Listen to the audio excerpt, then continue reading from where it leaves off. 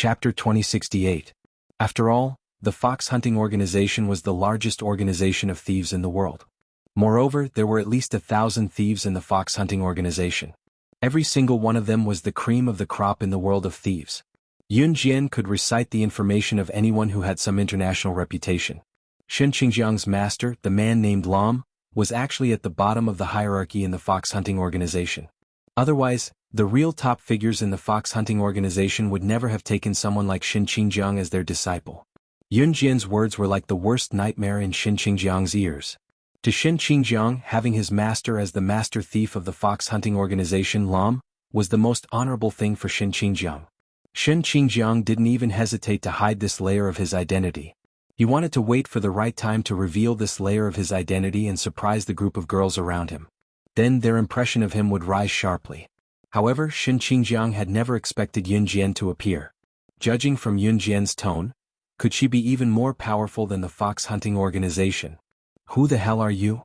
Shen Qingjiang looked at Yun Jian and asked in a daze. The more he wanted to know about Yun Jian's identity, the more he wanted to understand it. If she was not a master thief, why did she have such frightening skills? Liang Xiaomin had naturally heard her father mention Yun Jian's identity as an advanced special forces soldier. Liang Xiaomin did not say a word at this moment. She hugged the quilts and stood where she was, waiting for Yun Jian. A trace of doubt flashed across Muyu's eyes, but she did not say anything. When Shen Qingjiang asked the last question, Yun Jian had already turned and walked toward Liang Xiaomin. Halfway there, she stopped and turned sideways, exposing her beautiful side profile to Shen Qingjiang and the group of girls standing beside her. The red arc of her lips curved slightly. The next second she gave a mesmerizing smile and said, "I'm the owner of the sports car design you stole." It was hard to tell what she meant at first, but if one thought about it carefully they would be horrified. "I stole that design from New Cruise, so its owner should be the director of New Cruise." Could she be? She's the director of New Cruise? Shen Qingjiang thought about it carefully and finally guessed this. He shouted these words in front of the group of female students around him in horror. When he lifted his head to look for Yun Jian, Liang Xiaomin and Muyu, he realized that Yun Jian and the other two were long gone. In the field of Wuzhen Primary School, Shen Qingjiang, who had lost all his face but was in a mess at the moment, as well as the doubtful female students, were left dumbfounded. At that moment, Yun Jian's group, Yun Jian's and the girls' class. The classroom here was very shabby. The classroom was also a mud house built with simple mud. The door of the classroom was a wooden door that had not been painted. The tables and benches were broken, making creaking noises when one sat on them or placed their hands on them. Just the sight of it was enough to scare one. It was a miracle that one did not fall off from sitting on the benches. There was not much light in the class, but the children were studying seriously. They did not even notice Yun Jian's group entering the class. Luing was skinny and not tall. She sat in the front row. She was an 11-year-old child, but due to her stunted growth she looked like an 8 or 9-year-old. Her thin clothes covered her body, and the cold wind that blew into the room from outside the window made her shiver from the cold. Chapter 2069. Of course, Luing was not the only child who was shivering from the cold. A large group of children in the classroom were all wearing thin clothes, huddling in the thin clothes that could not even keep them warm. At that moment, every child maintained the same action, which was to flip through the colorful textbooks under their hands, unwilling to let go. These textbooks were bought from a donation program organized by a few universities in Jiang City and brought to the poor mountainous area of Wuzhen as a gift for these poor children. The children had never seen such colorful textbooks before and were so excited that they did not even want to raise their heads. "It's the big sister and big brother who gave us the colorful textbooks." Yun Jian had just walked into the classroom. Even the teacher standing on the podium did not notice her and Liang Xiaomin's arrival. A mischievous little boy suddenly shouted. Then the children sitting in the classroom saw this and carefully took out their folded paper from their drawers, running towards Yun Jian and the other two. "Thank you big sister and big brother for the colorful textbooks. We really like them, but we don't have anything to give them to big sister and big brother, so we folded them ourselves. We hope you like them."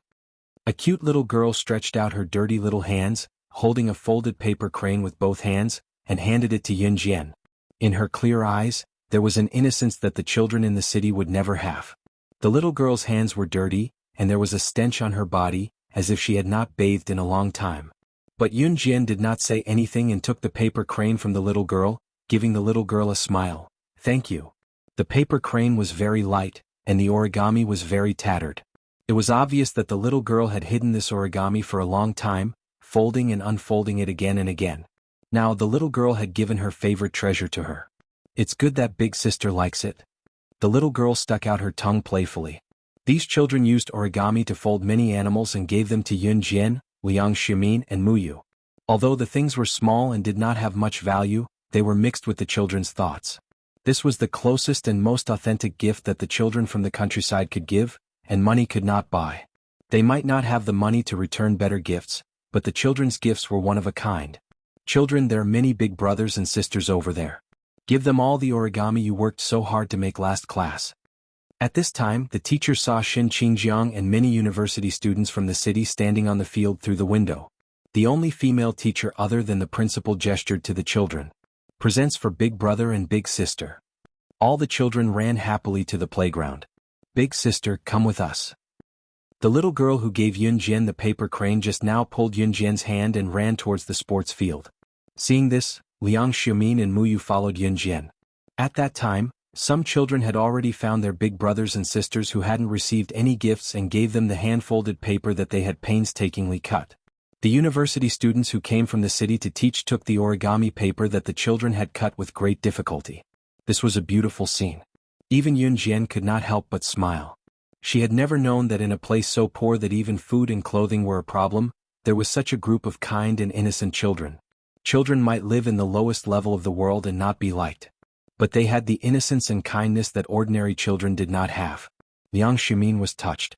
The high and mighty young miss didn't think it was dirty or ugly. She took the paper cut from a child. What the hell is this? It's so ugly. Don't touch my hands with your dirty hands. How long has it been since you took a shower? It stinks. Get out of my way. I don't want this cheap product. A shout of abuse sounded.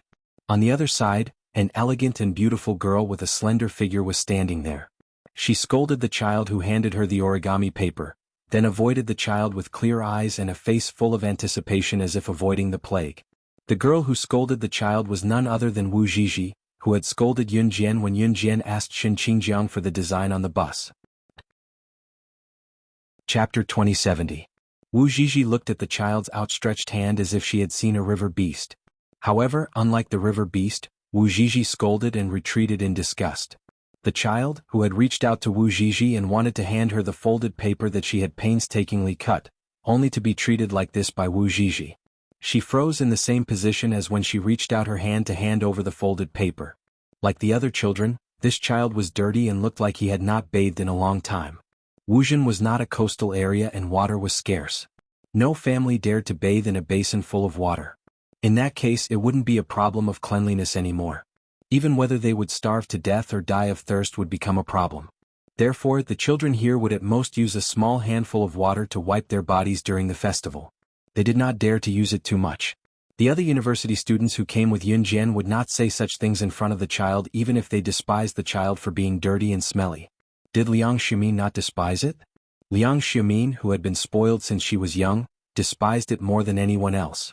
However, she would not say such things in front of the child. She would not hurt the child's young heart in such a cruel way. After Wu Zhizhi's heartless words left her mouth, everyone around her was stunned. The child was also stunned. Wu Zhizhi, what are you saying? How can you say such things in front of such a young child? Even a girl who came with Wu Zhizhi could not stand it anymore and started to criticize Wu Zhizhi. However, before the girl could finish speaking, Wu Zhizhi spoke first. I didn't say anything that I shouldn't say. Am I not telling the truth? Moreover, my father is the richest man in Jiangqing. If you let me come into contact with these filthy people, what should I do if I get a disease? My father reminded me before we came. A rich young lady like me won't stoop to your level. I have to protect myself. As Wu Zhizhi spoke, she raised her head proudly and talked in a circle in front of Yun Jian. In fact, Wu Zhizhi was already displeased with Yun Jian when they were on the bus. Xin Qingjiang's boasting made Wu Zhizhi deeply believe in the cult. She believed everything he said. Yun Jian had treated Xin Qingjiang like that just now. Wu Zhizhi had long wanted to find an opportunity to make it difficult for Yun Jian. Even saying those cruel words to the child just now was just to draw out the following words. When Yun Jian heard that her father was the richest man in Jiang City, she seemed to blink her eyes. Wu Zhizhi thought that Yun Jian was shocked by her family's wealth. Thinking of this, Wu Zhizhi became even more smug. She raised her head and looked sideways at Yun Jian, then continued to speak to everyone with a smug expression. Before I came here, my dad donated 100,000 yuan to your poor mountainous area. I didn't do anything wrong. Logically speaking, you Wuxian people should be the ones to treat me well. After all, my dad donated so much money. I stayed the night yesterday. Not only was the accommodation terrible, even the food was so bad that I couldn't swallow it. Wu Ziji's words seemed to imply that since her dad had donated so much money, the people of Wuxian had to treat her differently from other university students. At this point, the people around them fell silent. The child who was rejected by Wu Ziji seemed to be frightened. He did not dare to speak for a long time. Then Wu Ziji looked sideways at Yun Jian and said, "You were so smug in front of us just now. If you're so capable, why are you still pretending to be the director of New Cruise? How much did you donate when the school organized the donation back then?" Yun Jian was not in the school when the donation was organized. "I didn't donate." Yun Jian was not afraid and replied directly. "Oh, you even made me think that you're the director of New Cruise. What a joke. Xinjiang, did you see that? She was just trying to scare us. So King shameless." Wu Ziji became even more smug after hearing that. The people around them did not dare to say anything. Even the female teacher from Wuxian looked embarrassed. However, just as Wu Ziji thought that she was invincible, she saw Yun Jian take out her phone from her pocket in front of everyone. Wu Ziji was stunned. Yun Jian, who was standing in front of Wu Ziji, smiled and said, "Thanks for the reminder. I wasn't in the school when the donation was made." It was clearly a thank you, but Wu Ziji shuddered after hearing it. Instantly Yun Jian's smile faded. She dialed a number expressionlessly in front of everyone. Before the call was connected, she continued to speak to Wu Ziji. "However, your father is the richest man in Jiangqing. Donating a mere 100,000 yuan is too petty." Just as she finished speaking, Yun Jian's call was connected. Then, in front of Wu Ziji, Xinjiang and everyone else, Yun Jian spoke to the person on the other end of the phone. Her cold but commanding words echoed throughout the hall, indirectly giving Wu Ziji a loud slap. "Zhang Jifan, in 3 days donate 1 billion yuan to Xixiang organization in my name as the director of New Cruise and send it to the poor mountainous areas." Chapter 2071. Without waiting for a reply, Yun Jian hung up and put her phone back into her pocket. It was as if nothing had happened. However, everyone's expression changed drastically at Yun Jian's words. Especially Wu Ziji, who had purposely picked on Yun Jian earlier. After hearing what Yun Jian said, Wu Ziji's expression changed from its initial arrogance to its darkest point. "Why, you're really New Cruise's director?" The exclamation did not come from Wu Ziji's mouth. Wu Ziji was so shocked that she could not speak. How would she dare to speak? The person who spoke was none other than Xinjiang. Did that mean that Yun Jian had heard him stealing something from New Cruise? Was that why she had attacked him? Xinjiang was both afraid and terrified.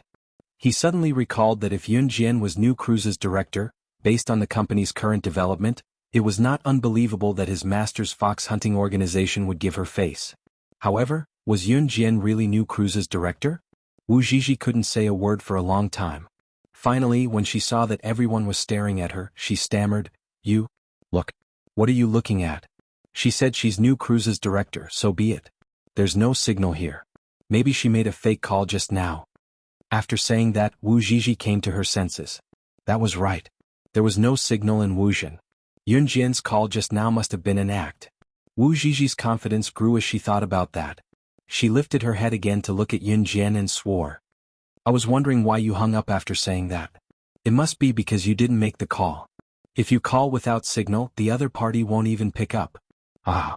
How dare you pretend to be New Cruise's director? What a joke." Wu Ziji's voice grew louder and louder. However, the moment Wu Ziji finished speaking, the only female teacher in Wuxian primary school, other than the principal, pursed her lips and added, "There's basically no signal in Wuxian, but there's a small shop next to Wuxian primary school. There's a phone installed in that shop. That's the only phone in Wuxian, so when the school has good signal, you can make calls from here." The female teacher's words made Wu Ziji, who had thought that what she said made sense, instantly shut her mouth. "When you came over this morning, the principal told me to remember to tell you about this, but I forgot to tell you. Student, I didn't say anything about this. How did you know that there was a signal here?" As the female teacher spoke, she turned to look at Yun Jian and asked. A normal person would not try every place after coming to Wuxian the day before. Since there was no signal, they would not try everywhere. After all, mobile phones in this era were not smartphones. There were not many fun games. At most, one could make a call. There was no difference whether there was a signal or not.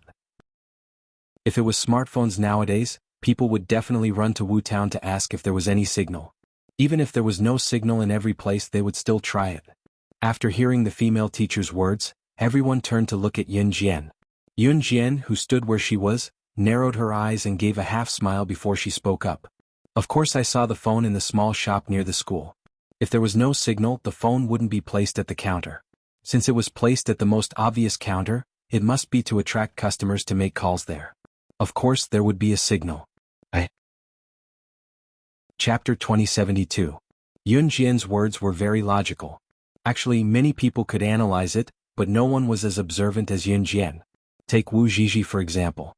She had been acting like a spoiled brat since the beginning. Whenever she caught something that she thought made sense, she would assume that she was right. She had no ability to analyze logically at all. People like her would usually be in the worst situation after the truth was revealed. As expected, after the female teacher and Yun Jian finished speaking, Wu Zhizhi could not say anything else. 3 days. Let's wait and see. I'd like to see if the people from New Cruise will come with 1 billion. She knew it was impossible even if she thought about it. 1 billion. That was not a small number. Even if it was a huge international corporation like New Cruise that stood on the international stage, it was almost impossible for them to fork out 1 billion yuan. 1 billion yuan was on a completely different level compared to the 100,000 yuan that her family could fork out. Could Yun Jian really do that? After Wu Zhizhi said that to Yun Jian, she was too embarrassed to stay there any longer.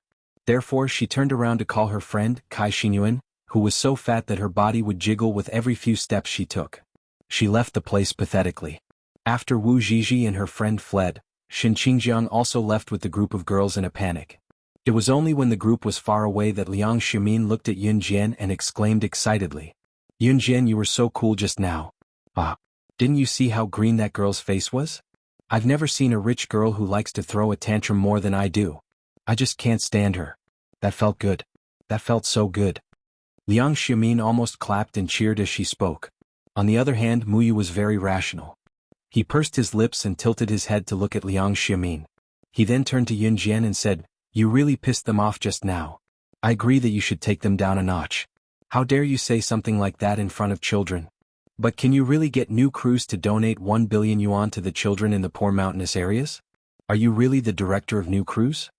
Clearly, no matter how vivid Yun Jian's story was, no one would believe it without evidence. After all, this was too unreasonable. Hearing this, Liang Xiaomin also turned to look at Yun Jian, only to see Yun Jian, who was standing in front of them, squinting slightly and saying, "Take a guess." The people who were born and raised in Wuzhen had never left the mountains. Even the female teacher, who had been teaching in Wuzhen for many years, had been isolated from the world for many years. Therefore they had no idea what New Cruise was. The children didn't know how much 1 billion was either. The children here generally learned slower than the children in the city. Without the guidance of a master teacher, no matter how hard they worked, they couldn't compare to the children in the city.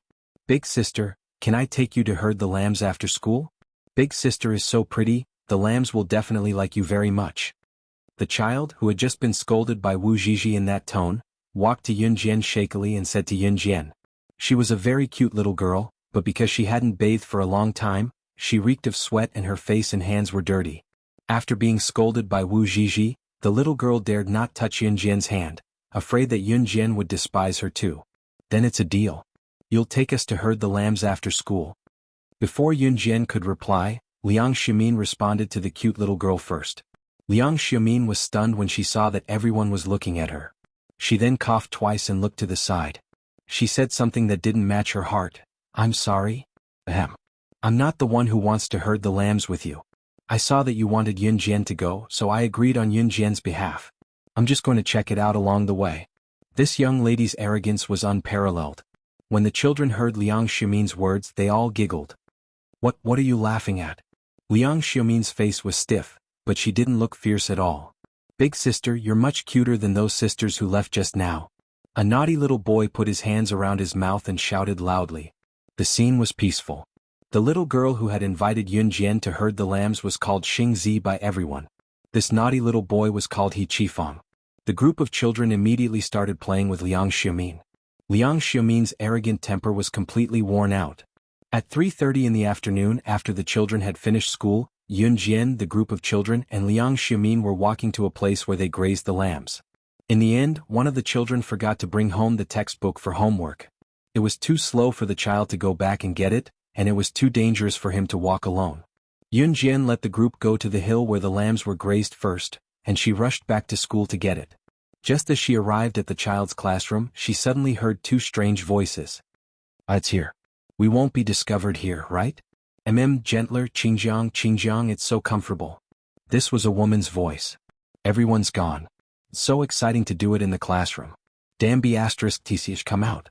This was a man's voice. Hearing this, Yun Jian's eyes narrowed slightly. TSK, she didn't need to look to know that the owners of these two voices were Wu Zhizhi and Shen Qingjiang. Chapter 2073. Shen Qingjiang used these vulgar words to shout at Wu Zhizhi, and even used his hand to smack Wu Zhizhi's butt a few times. That strength, it did not seem like he was flirting but more like he was hitting someone. But Yun Jian did not see any of this. When she heard the commotion, she walked into the other classroom where Shen Qingjiang and Wu Zhizhi were having an affair. She took the child's textbook from the classroom and left the school. Yun Jian did not have the hobby of stealing other people's affairs. Yun Jian quickly caught up with the group of children. The sun had set, and on the not-too-steep hill, the children were herding the sheep, letting Yun Jian and Liang Xiaomin touch the newborn lambs. They were all so happy that they did not want to go home. Sister, look, the lambs love you. Xing Zi squatted in front of Yun Jian and Liang Xiaomin, holding a lamb in her arms, and said with a smile. On that dirty face there was the innocence of a child. The lamb was not an adult but a newborn lamb that could already walk. It also had the appearance of an adult lamb, but it was small and cute. Bong! The lamb turned its head like a chicken pecking at rice to Yun Jian and bleated.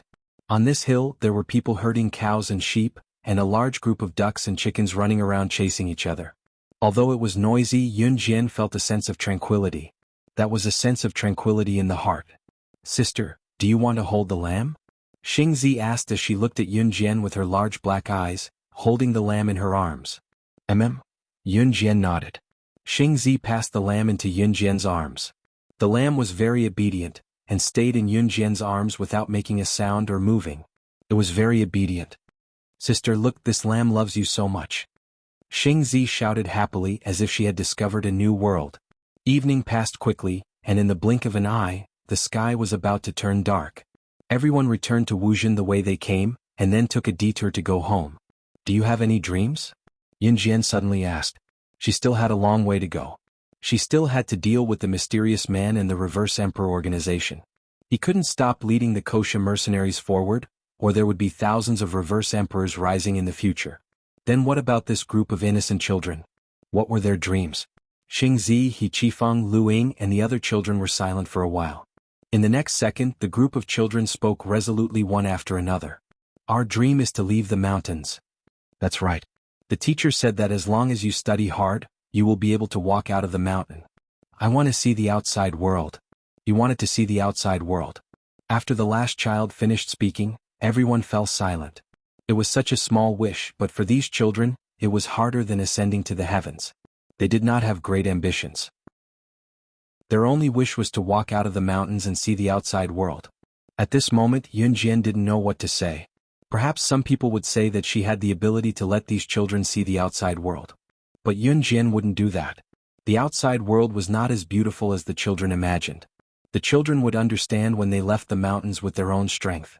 If they couldn't leave the mountains with their own strength, it would be better for them to keep their innocent hearts forever. When they came down from the mountains, there was still a trace of afterglow in the sky. The dim orange afterglow reflected on the clouds. It was very beautiful. Hey, that's... As soon as they came down from the mountains, Muyu saw a girl sitting on the stairs. The girl was surrounded by a group of people and she was talking about something. The girl was leaning on another girl's shoulder and tears were flowing down her face. It's the girl who tried to jump off the cliff just now. Yun Jian walked past Muyu and Liang Xiaomin and said, You're right. She wouldn't jump off the cliff. How did you know? Muyu was surprised for a moment. Yun Jian, who was walking in front of them, turned her head sideways, and said something that Muyu didn't understand. Her eyes can tell me everything I want to know. Chapter 2074. Her words lagged behind for a long time. It turned out that Mu Xiao couldn't figure out the meaning of Yun Jian's words even after thinking for a long time. In the end, she couldn't figure it out and simply stopped thinking about it. Yun Jian didn't know whether the two old ruffians were dead or not. In the next 2 days, Yun Jian and the other college students began to teach the children officially.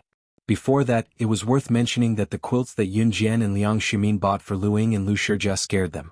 Since their mother left, there was no money left to change the quilts at home. Therefore, the quilts that Yun Jian and Liang Ximin used to cover them were dirty and smelly. After Lu Ying and Lu Shijia came to their senses, they were so grateful to Yun Jian and Liang Ximin that they shed tears. In the end, they were amused by Liang Ximin, who didn't know how to speak, and laughed through their tears. "What are you crying for? A few quilts made you cry like this.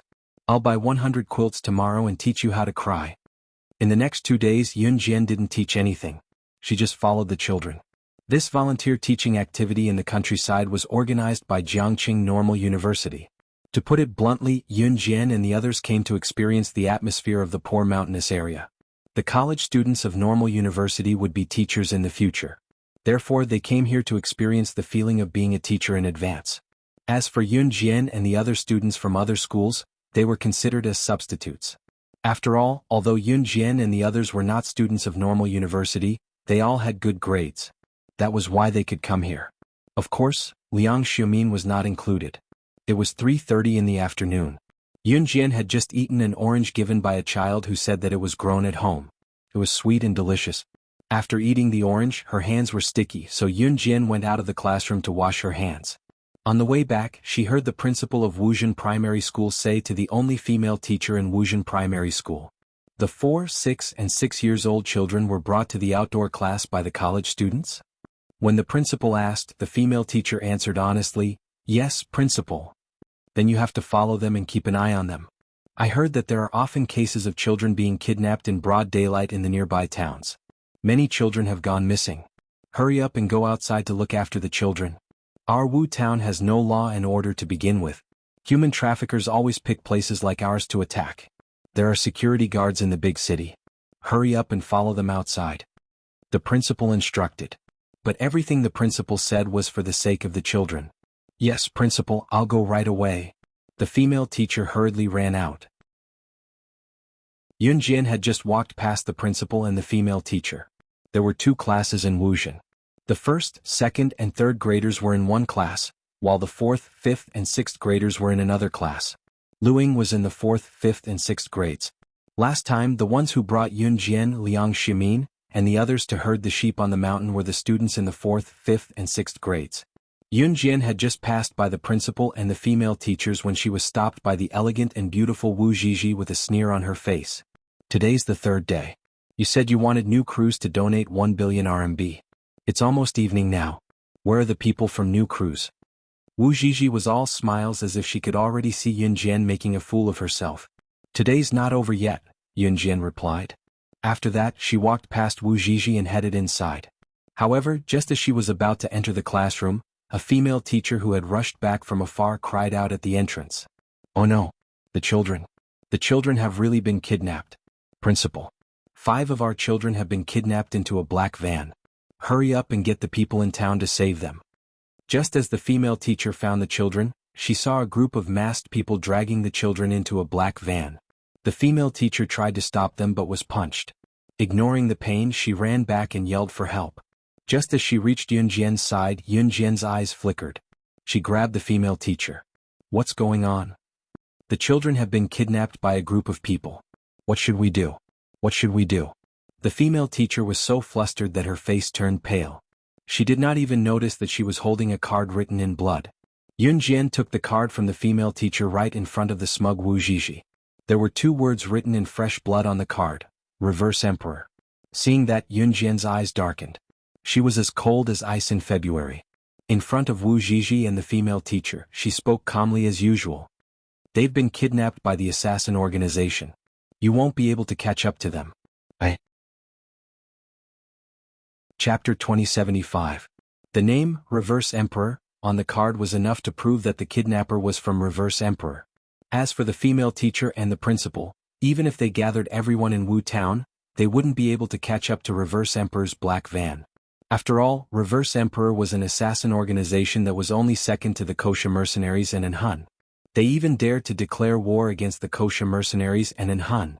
After Reverse Emperor went out on a mission, they would leave a card written in blood. At the bottom of the card there would be a small line of words. That small line of words was the code name of the assassin or agent who went out on a mission. As expected, Yun Jian found a small line of words on the card. There were only 3 words on the card: African leopard.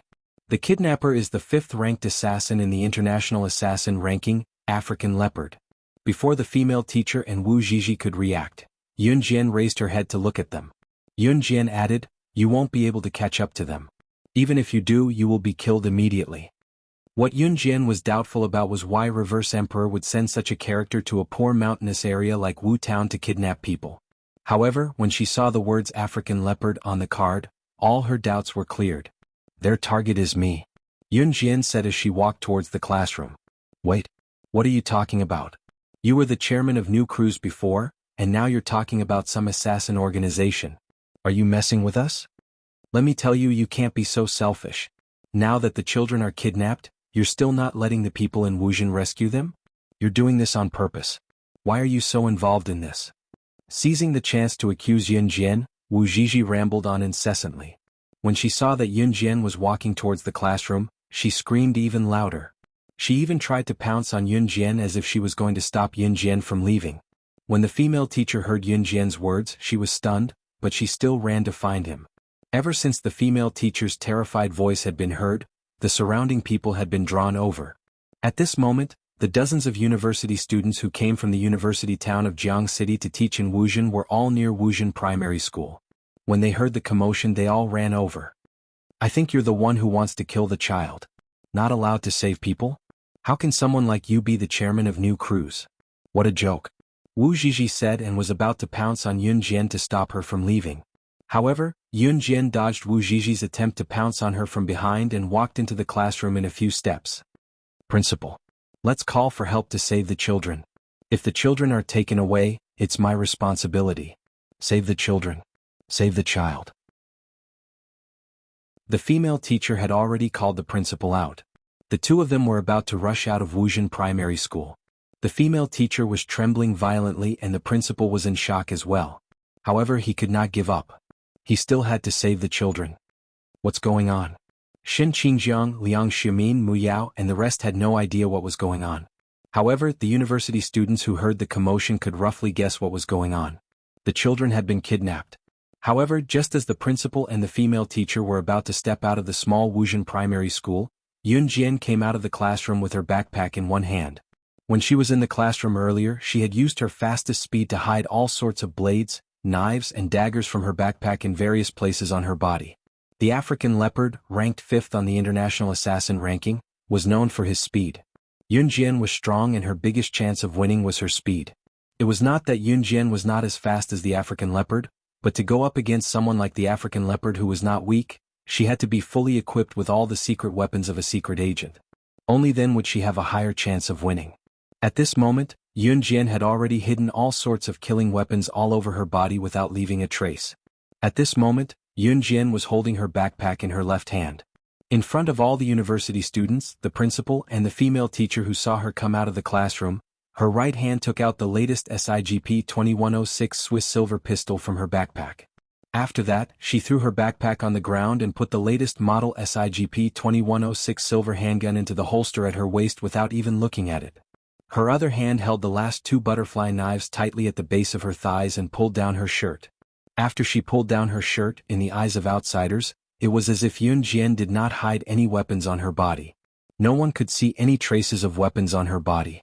At this moment, Yun Jian was carrying out a series of actions of a secret agent equipping weapons as she walked towards the principal and the female teacher. The speed of equipping weapons was many times faster and more accurate than the secret agents in the movies. Coupled with her indifferent expression, everyone present was stunned on the spot. For a moment just now, they seemed to have seen the king of hell who had survived among the corpses. However, before everyone present could react to Yun Jian's actions, they heard Yun Jian's indifferent words, which were like the master of the secret agent world, resounding through the classroom. In the next second, everyone present was dumbfounded and terrified. "I said that group of people's target is me. If you go, you will be courting death. The world of assassins and secret agents does not need you irrelevant people to participate. I will definitely bring him back. How dare you openly provoke me and kidnap someone under my nose? Even if he is the 5th on the international assassin ranking, he is now a member of the Grim Reaper's list. Chapter 2076. Yun Jian's words were like the melodious chirping of a lark. Her words were clear and entered everyone's ears without missing a single word. Everyone present was shocked and terrified. African leopard, ranked 5th on the international assassin chart. Who was that? Mu Yao frowned and stared at Yun Jian with Liang Xiaomin. Her eyes widened as she asked, "What exactly happened? What exactly happened? Why did it involve assassins and secret agents? Who was this African leopard, ranked 5th on the international assassin chart? Hurry up. Principal, hurry up and call for help. Those 5 kids are sitting in an unfamiliar van. They must be scared out of their wits." The female teacher's face was really pale and she couldn't care about anything else. At the same time, Shen Qingjiang, Wu Zhizhi, Kai Xinyuan, and all the boys and girls who came from the University of Rivertown were shocked by Yun Jian's actions just now. Some of them even realized that Yun Jian's actions were extremely cool. God, did you see that? That girl has a gun. Who is she? She's too cool. That gun is a SIGP 2106 Swiss pistol. I've only seen it on the newspaper. I didn't expect to see a real gun. This came from a boy who was shocked and admired Yun Jian's actions just now. I just watched a movie last week about female secret agents. It was exactly the same as what she did just now. So cool. If she was a boy, I would definitely fall in love with her every second. This came from a girl who was infatuated and shocked by Yun Jian's actions just now. The crowd was in an uproar. At this moment, Yun Jian had already arrived in front of the principal. She didn't look at the principal and walked out of the school gate in front of everyone. She shouted at the stunned principal. "You don't have a car here. Take me there." Yun Jian couldn't chase after the black van on foot. She couldn't fly, so it was naturally impossible. Hence, she had to find a car to chase after it. "We don't have cars or vans in Wuxia. We only have tractors. I'll borrow a tractor." The principal was having a headache. People in Wuxia couldn't even afford a motorcycle, let alone a car. How could someone from a poor mountainous area own a car?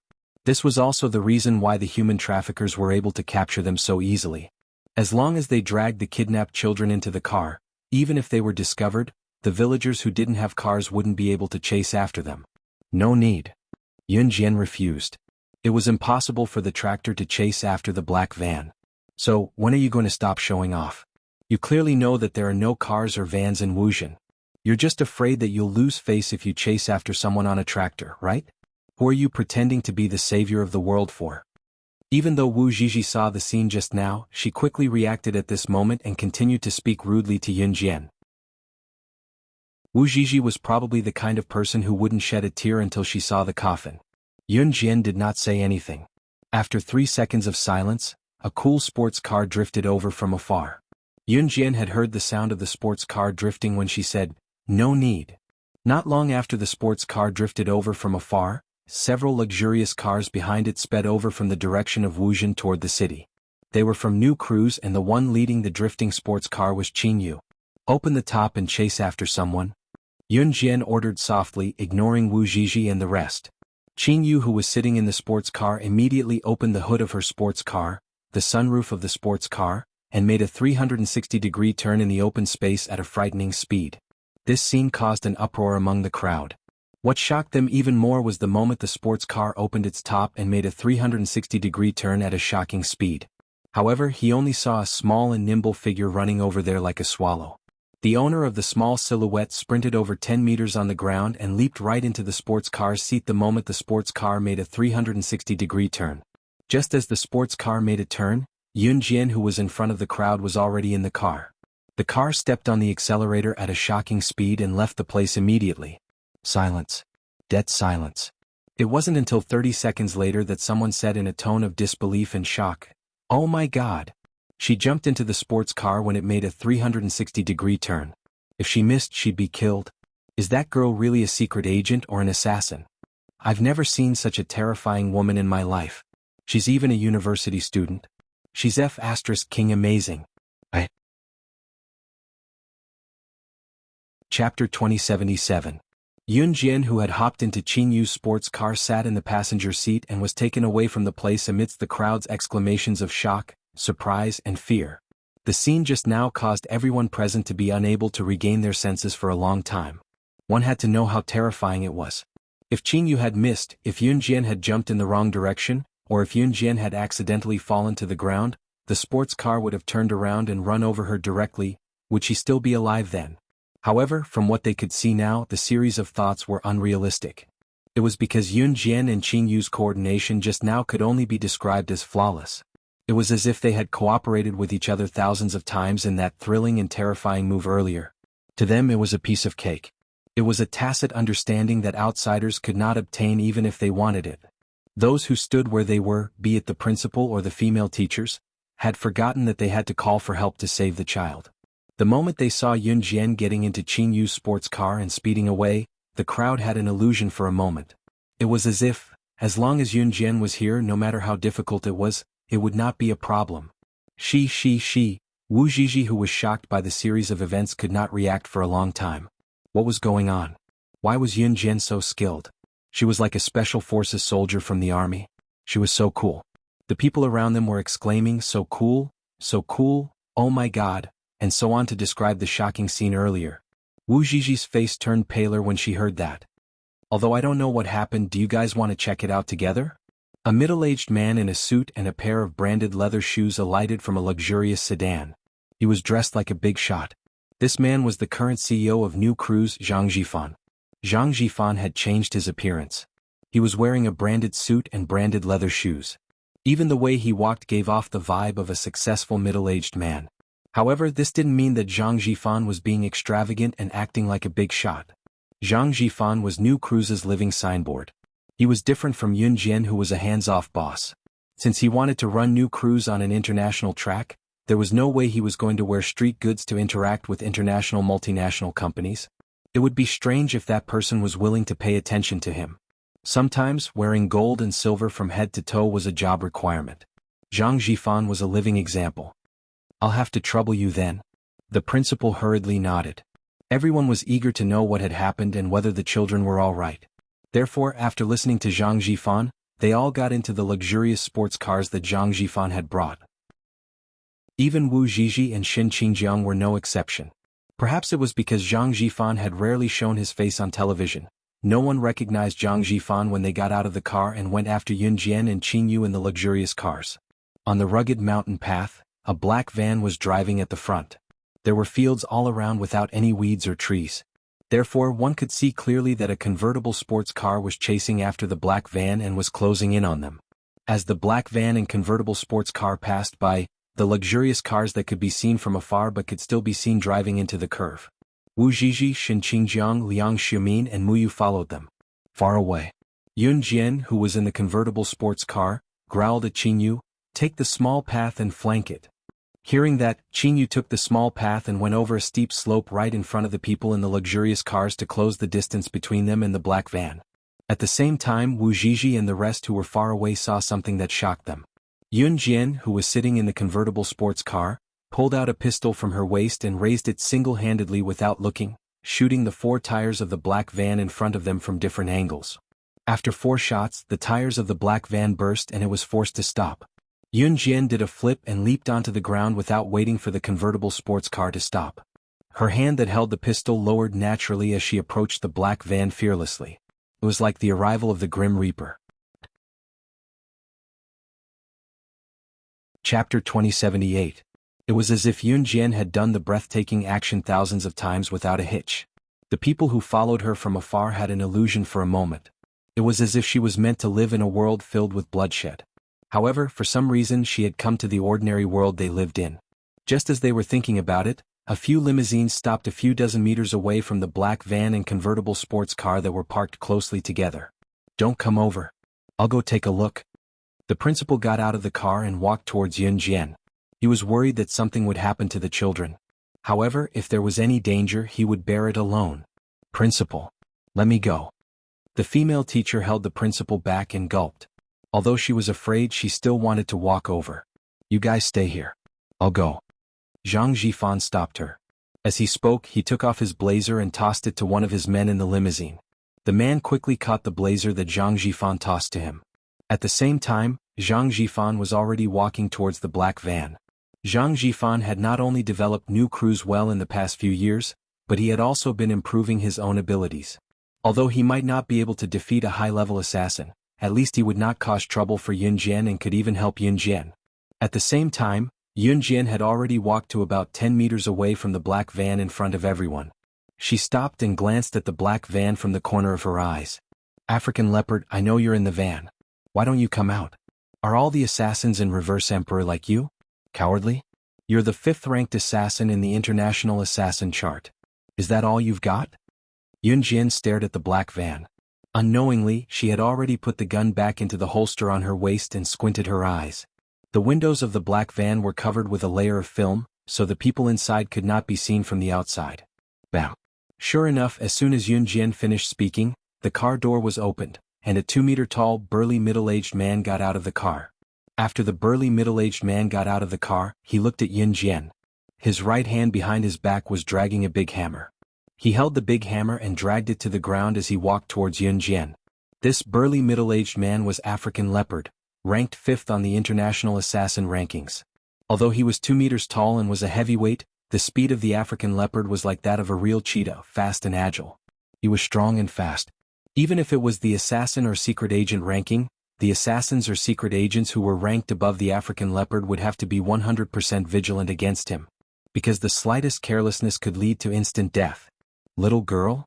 The African Leopard glanced at Yun Jian.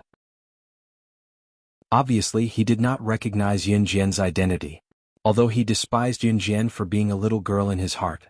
However, it could be seen from the way Yun Jian stopped their black van just now. This little girl was not weak at all. F***ck kill her.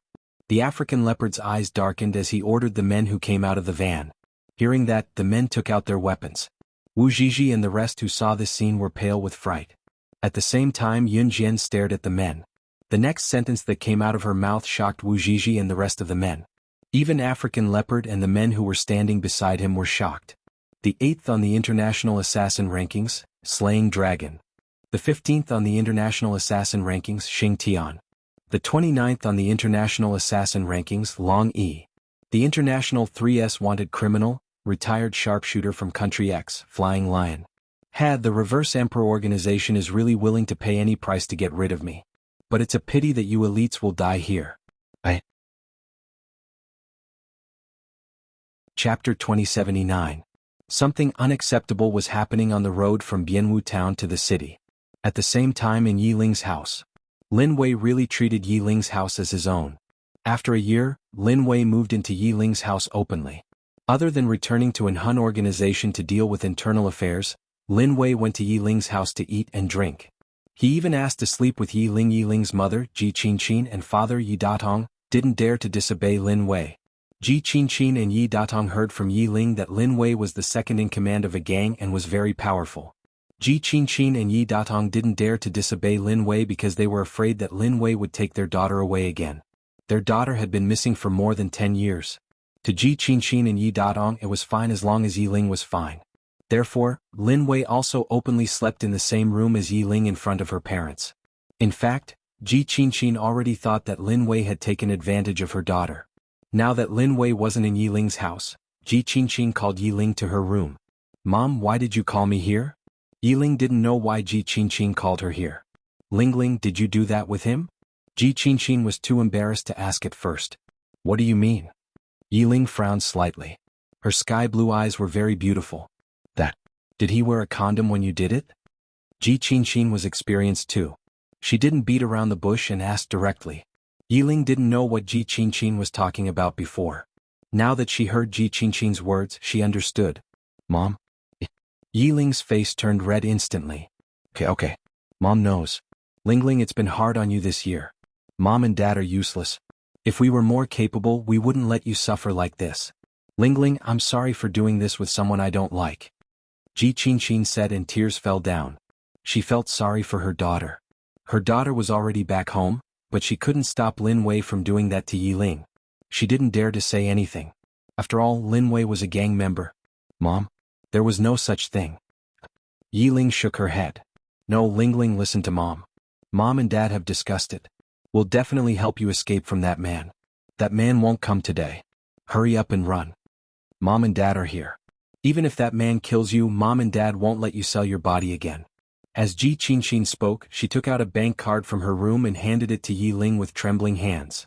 Lingling, this is all our savings. Take it and run. Run as far as you can. Yiling shook her head when she realized that her mother had misunderstood her. She wanted to stuff the bank card back into Ji Qingqin's hands. Mom, no, take it. Let's go now. Ji Qingqin seemed to have made up her mind. Without giving Yiling a chance to speak, she shoved the bank card into Yiling's hand and pushed her out. Who would have thought that as soon as he opened the door, he would see Lin Wei standing indifferently at the door? Ji Qingqin was shocked. Yiling's heart skipped a beat. Where are you going? Just as Yiling's heart skipped a beat, Lin Wei's pleasant and magnetic voice rang out. There was a trace of coldness in his voice that had never been there before. He was angry. Yiling's heart unconsciously panicked. No, I'm not leaving. Yiling wanted to explain, but Lin Wei grabbed her wrist and dragged her to her room in front of Ji Qingqin. He locked the door. After entering the room, Lin Wei threw Yiling onto the bed and began to undress. Did I give you too much time to accept me? So you want to run away? They say that women know their place when they're pregnant. Then I won't be polite. As he spoke, Lin Wei unbuckled his belt and unzipped her underwear. Chapter 2080. Watch. Yiling was still in a daze when Lin Wei completely penetrated her. How did this happen? Wasn't everything fine just now?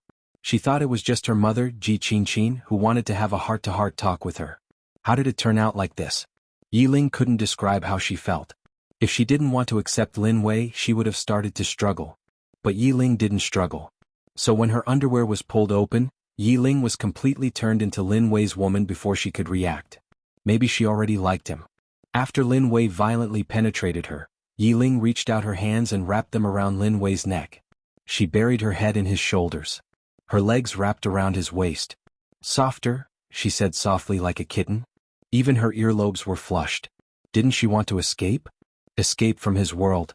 So Lin Wei crudely penetrated her. But now she didn't make a fuss. Instead, she cooperated with him. What was going on? Desire overshadowed his rational mind. Lin Wei, who had tasted something new for the first time in over 20 years, didn't hesitate anymore and continued to move. Ji Qingqin, who was outside the room, heard that her precious daughter was being forced again. She hid in her room and cried. Ji Qingqin would never have thought that she was the cause of all this. At the same time, on the rugged mountain path from Wuxia to the city, Yun Jian's words carried a certain aura and entered everyone's ears. Wu Zhizhi, Shin Qingjiang, and the others who were standing in the distance all widened their eyes when they heard Yun Jian's words. The first four were all international assassins. And one was a retired sharpshooter from Country X. Are these all international bigwigs? Why would such terrifying people appear here? Mu Xiaoxiao's eyes widened when he heard this and asked. Mu Xiaoxiao obviously knew about these things. After hearing this, his face changed drastically. What international bigwigs? Just because she said so, it's just because she said so? Wu Zhizhi saw that the people in front of her, led by African Leopard, had taken out unusual weapons. She didn't want to admit the truth. She stuttered and shouted again. But before Wu Zhizhi could finish her sentence, everyone saw that African Leopard and the other four were also shocked after hearing Yun Jian's words. An ordinary little girl naturally wouldn't be able to recognize them at a glance.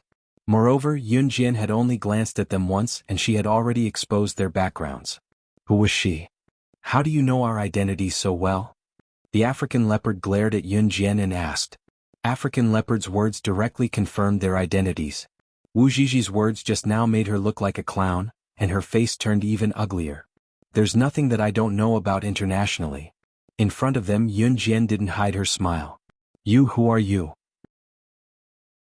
At this moment, the African Leopard had no choice but to pay attention to Yun Jian.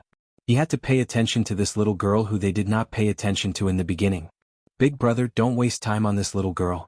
Let's quickly bring them back to the organization and report to the boss. No matter who she is, even if she's one of the top 3 figures in the international assassin ranking, she won't be able to escape if the 5 of us work together. Long Yi, who was ranked 29th in the international assassin ranking, stood beside African Leopard and said to him while wiping his nose. 5 top international assassins against 1 Yun Jian. As long as she wasn't the international legend that made people tremble in fear, she was definitely no match for them. Is that so? Hearing Long Yi's words, Yun Jian's red arc grew deeper in front of Wu Zhizhi and the others. 5 against 1, is it? Do you know anything about the Blood Night incident? Yun Jian continued. Blood Night incident. Hearing Yun Jian's words, the 5 people led by African Leopard were stunned. Of course they knew. Who in the underworld didn't know about the Blood Night incident? The Blood Night incident was the reason why Slaying God, who was ranked first in the International Secret Agent ranking, became famous. Back then, Slaying God's rise had shocked the world. The top 10 assassins in the International Assassin ranking, including the top 10 secret agents in the International Secret Agent ranking, had joined forces to besiege and kill Slaying God. However, in the end, the top 20 secret agents in the International Secret Agent Assassin world were massacred by Slaying God with her bare hands on that night. She went up against the top 20 secret agents in the International Secret Agent Assassin circle alone. Slaying God won. That was the Blood Night incident. The Blood Night incident back then had shocked the world. Since the top 10 secret agents in the International Secret Agent and Assassin ranking were all dead, it was only natural that other secret agents and assassins would replace them. However, anyone in the circle would see Slaying God as someone they would rather commit suicide than provoke. The Blood Night incident back then was a result of Slaying God taking on more than one person. Now that this little girl mentioned it, what was the meaning behind it? African Leopard and the other 4 panicked for no reason. However, they did not have time to think further. Yun Jian had already smoothed out the red arc on her forehead in front of everyone. Her indifferent side profile was facing African Leopard and the other 4. Her cold voice was like a reenactment of the Blood Night incident, spreading to everyone's hearts and stirring up a wave of fear. It's been 3 years. Since the Blood Night incident, this is the first time the top assassins have joined forces to attack me again. So, are you ready to die? Chapter 2081. During the Bloody Night incident, the top 20 assassins on the International Assassin and Secret Agent leaderboard had joined forces to go against Slaying God, who was not ranked first on the International Secret Agent leaderboard. It was because Slaying God was too powerful and would pose a threat to them sooner or later. African Leopard and the rest were well aware of that. The 5 of them combined could not be compared to the top 20 assassins on the International Assassin leaderboard. However, what did Yun Jian mean by that? It's been 3 years. Since the Bloody Night incident, this is the first time the assassins on the leaderboard have joined forces to attack me again? Did Yun Jian mean that there were assassins on the leaderboard who had joined forces to attack her before? Furthermore, Yun Jian had mentioned the Bloody Night incident. Based on this comparison, could she be the one who had fought the top 20 assassins on the International Secret Agent leaderboard during the Bloody Night incident? She rose to fame in one battle, causing an uproar in the international circle. Countless business tycoons were terrified when they heard her name. The top assassin on the International Secret Agent leaderboard, Slaying God. Are you Faye? Are you S from the Bloody Night incident? Before he could finish the word kill, a voice rang out. You can die now. Everyone heard a flat voice that they could not tell if it was happy or sad. Wu Zhizhi, Xin Qingjiang, and the rest could only see the flash of a knife from afar. They could not even see when Yun Jian had attacked. Long Yi, who had wanted to reveal Yun Jian's identity in his panic, had his throat slit by Yun Jian's flying knife. Long Yi was the 29th assassin on the International Secret Agent leaderboard. He was also the weakest among the 5. Frightened by Yun Jian's skills, the remaining 4, including African Leopard, did not dare to reveal the codename that sent chills down their spines just thinking about it. Long Yi's death did not shock African Leopard and the rest. In their world, the death of a person was a common occurrence. Even if someone who had been with them had died in front of them, African Leopard and the rest would not be too shocked. Wu Zhizhi, on the other hand, was so shocked that she covered her mouth and screamed, "Ah! Be dead. Someone's dead. Yun Jian killed someone." Wu Zhizhi's shouting and wrangling immediately attracted the attention of African Leopard and the others. Seeing this, Xin Qingjiang, who had a close relationship with Wu Zhizhi, slapped Wu Zhizhi in front of everyone. "Are you trying to get us killed?" When Wu Zhizhi saw that her beloved Xin Qingjiang had slapped her in front of everyone, she covered her cheek with her hand and wanted to cry. "It's just a clown. Now it's time to settle our score," Yun Jian sneered when she saw African Leopard and the others looking at Wu Zhizhi. It was not to save Wu Zhizhi. Yun Jian had always been clear about kindness and hatred. Even if African Leopard and the others killed Wu Zhizhi in public, it had nothing to do with her. She just didn't want to waste time. What debt?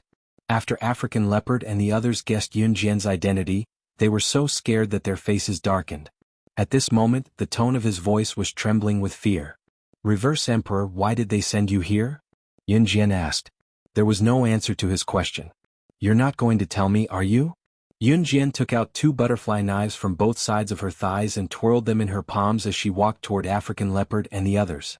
With the butterfly knives, African Leopard and the others were even more certain of Yun Jian's identity. At this moment, the 4 of them were so scared that their expressions changed drastically. Let the children go first. Just when African Leopard and the others were about to fight to the death, Yun Jian suddenly put away the butterfly knives and said with her arms crossed, in the face of slaying God, even if they had hostages, they would not be able to survive. African Leopard and the others knew that very well. They won't take the children as hostages, right? The female teacher from afar asked fearfully. The crowd was nervous as well. However, before they could get nervous, African Leopard and the others had already obediently released the 5 kidnapped children. They released the children so quickly that it was as if they were afraid that they would be killed by Yun Jian, who was scarier than a river beast if they were too late. Seeing that, Wu Zhizhi, Shen Qingjiang, the principal, the female teacher, Liang Ximin, Muyu and the rest were bewildered. Who was this Yun Jian? Why did African Leopard and the others, who were so intimidating earlier, act like obedient dogs now? They would do whatever Yun Jian told them to do? Chapter 2082. The kidnapped children were obviously frightened. Zhang Jifan walked over to take the children back one by one and handed them to the female teacher and the principal. The female teacher rubbed the children's heads. She was obviously scared out of her wits. However, the female teacher was a smart person. She knew that such a scene was not suitable for the children to continue staying. She was afraid that the children would be psychologically distorted after seeing the bloody scene. Therefore, the female teacher touched a child's head and quickly turned to look at Zhang Jifan. She said, "Can you please send someone to send the 5 children back to our town first?" Zhang Jifan immediately understood when he heard this. He immediately nodded and responded. Then he turned around and said to one of his men who was driving the limousine, "Xiao Yuan, send these children back to the town we just went to, and then come back to pick us up." The driver, who Zhang Jifan called Xiao Yuan, nodded after hearing this. After watching the 5 children get into the car and drive away, the female teacher breathed a sigh of relief. No matter what happened next, now that the children had left, it was easy to say, "We let them go. You should let us go too." African Leopard, who was not far away, continued to speak to Yun Jian after the 5 children left. Let them go? Just now, the 5 children were in the hands of African Leopard and his group. According to the bad guy's setting, shouldn't he take the 5 children as hostages to threaten Yun Jian and everyone present? Moreover, the people led by African Leopard were killers on the international killer list. All of them had high statuses. But why didn't they take the 5 children as hostages? Instead, they listened to Yun Jian and let them go obediently. That was fine. But one of the 5 was dead. For men actually begged Yun Jian to let them go? Wu Zhizhi, Kai Xinyuan, Shen Qingjiang, and the others who were standing in the distance were already in an uproar. Yun Jian was the same as them. They were all ordinary college students. Not to mention that Yun Jian was facing a few top killers from the world this time. Even if they encountered ordinary kidnappers, they would be so scared that they would squat on the ground with their heads in their hands and pee their pants in terror. Why did it turn upside down in Yun Jian's hands? It was actually these top assassins from the world. Beg Yun Jian to forgive them? What did she mean by the bloody night incident? At this moment, Muyu, who was good at thinking about the details, muttered to herself, "I've never heard of it." Liang Xiaomin heard Mu Yao's muttering and took the opportunity to reply. How could anyone present know about the bloody night incident? However, if they were to ask their father, who was a businessman, they would probably be able to find out what exactly the famous bloody night incident was. At that moment, Yun Jian didn't give the surrounding people a chance to continue talking. She turned her body around to face African Leopard and the other 3. Her cold and indifferent face made African Leopard and the other 3 slightly flustered. Let you go? If you don't tell me why Reverse Emperor sent you here today, do you think you can leave this place alive? Yun Jian glanced at the 4 men as if she was looking at 4 corpses. There was a strange luster in his eyes, as if he was a king who ruled over life and death. African Leopard and the other 3 men shuddered. Looks like you guys are planning to keep your mouths shut. Yun Jian's eyes flickered. As she spoke, a half-smile appeared on her face and she extended a hand to Qin Yu. You take out your newly developed poison. There are ready-made white mice here for you to test the efficacy of your newly developed poison for free. Yes. Qin Yu took out the poison in front of everyone after listening to Yun Jian. It was a small bottle of liquid solvent. However, when African Leopard and the other three heard how Yun Jian addressed Qin Yu, their eyes widened in front of Wu Zhizhi and the rest who were far away. In the next second, the four men, led by African Leopard, took a few more glances at Qin Yu and exclaimed in fear. Are you the world's top poison expert, Lady Poison? Chapter 2083. If slaying God, the number one on the International Secret Agent leaderboard, was a character that struck fear in African Leopard and the rest. However, African Leopard and the rest had never thought that they would meet someone like slaying God. After all, slaying God's mystery was no secret in the circle. Qin Yu, the wicked lady who followed slaying God, was closer to the truth than slaying God. Unlike slaying God, no one knew who she really looked like. Not only was Qin Yu Yun Jian's subordinate, but slaying God would always get Qin Yu to do whatever she wanted. Hence, when people heard Qin Yu's name internationally, it was as if they had seen slaying God in person, causing them to break out in cold sweat.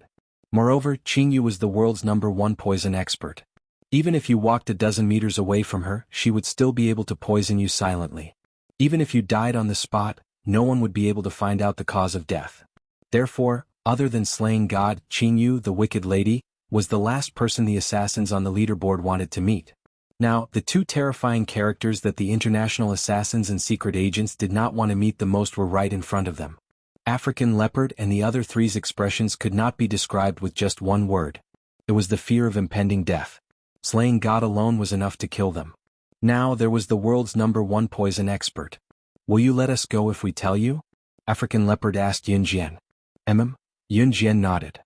Big brother, if we tell you, I'm afraid we won't be able to return to Reverse Emperor. Annihilation Dragon, the #8 assassin on the leaderboard, said to African Leopard after hearing what Yun Jian said. It's still better than dying. Reverse Emperor wasn't our home to begin with. Boss only hired us to join Reverse Emperor 2 years ago. Moreover, Boss has assigned us to carry out all kinds of dangerous missions for the past 2 years. Boss must have known that we'd meet them today. Since Boss isn't giving us a way out, why should we stay with Reverse Emperor? Where there's life, there's hope.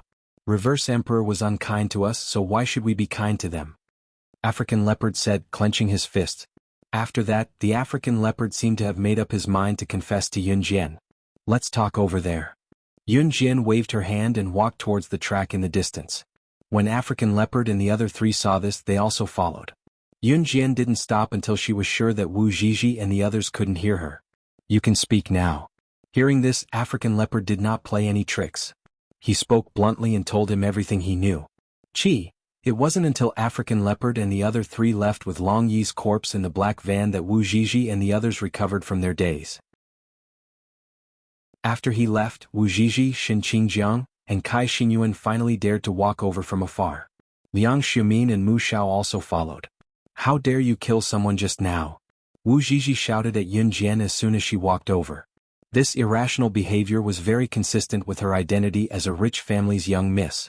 Mu Shao, on the other hand, wisely chose to hold Liang Xiumin without saying anything or asking anything. The principal, the female teacher, and those who came with them wisely chose to ignore the series of events that happened just now. Yun Jian ignored Wu Zhizhi while Qin Yu looked at the black van. It was only when it disappeared from everyone's sight that Qin Yu asked Yun Jian, Sister Jian, do you need me to go after them and kill them? Kill them after letting them go? Wu Zhizhi was about to say that Yun Jian was ignoring her when she heard Qin Yu's question and shut her mouth in fright. Yun Jian, who stood beside the group, narrowed her eyes. Just when everyone thought that Yun Jian was going to keep quiet, her nonchalant voice rang with unprecedented confidence and ambition. There's no need for that. It won't be long before Reverse Emperor, including them, becomes my subordinates.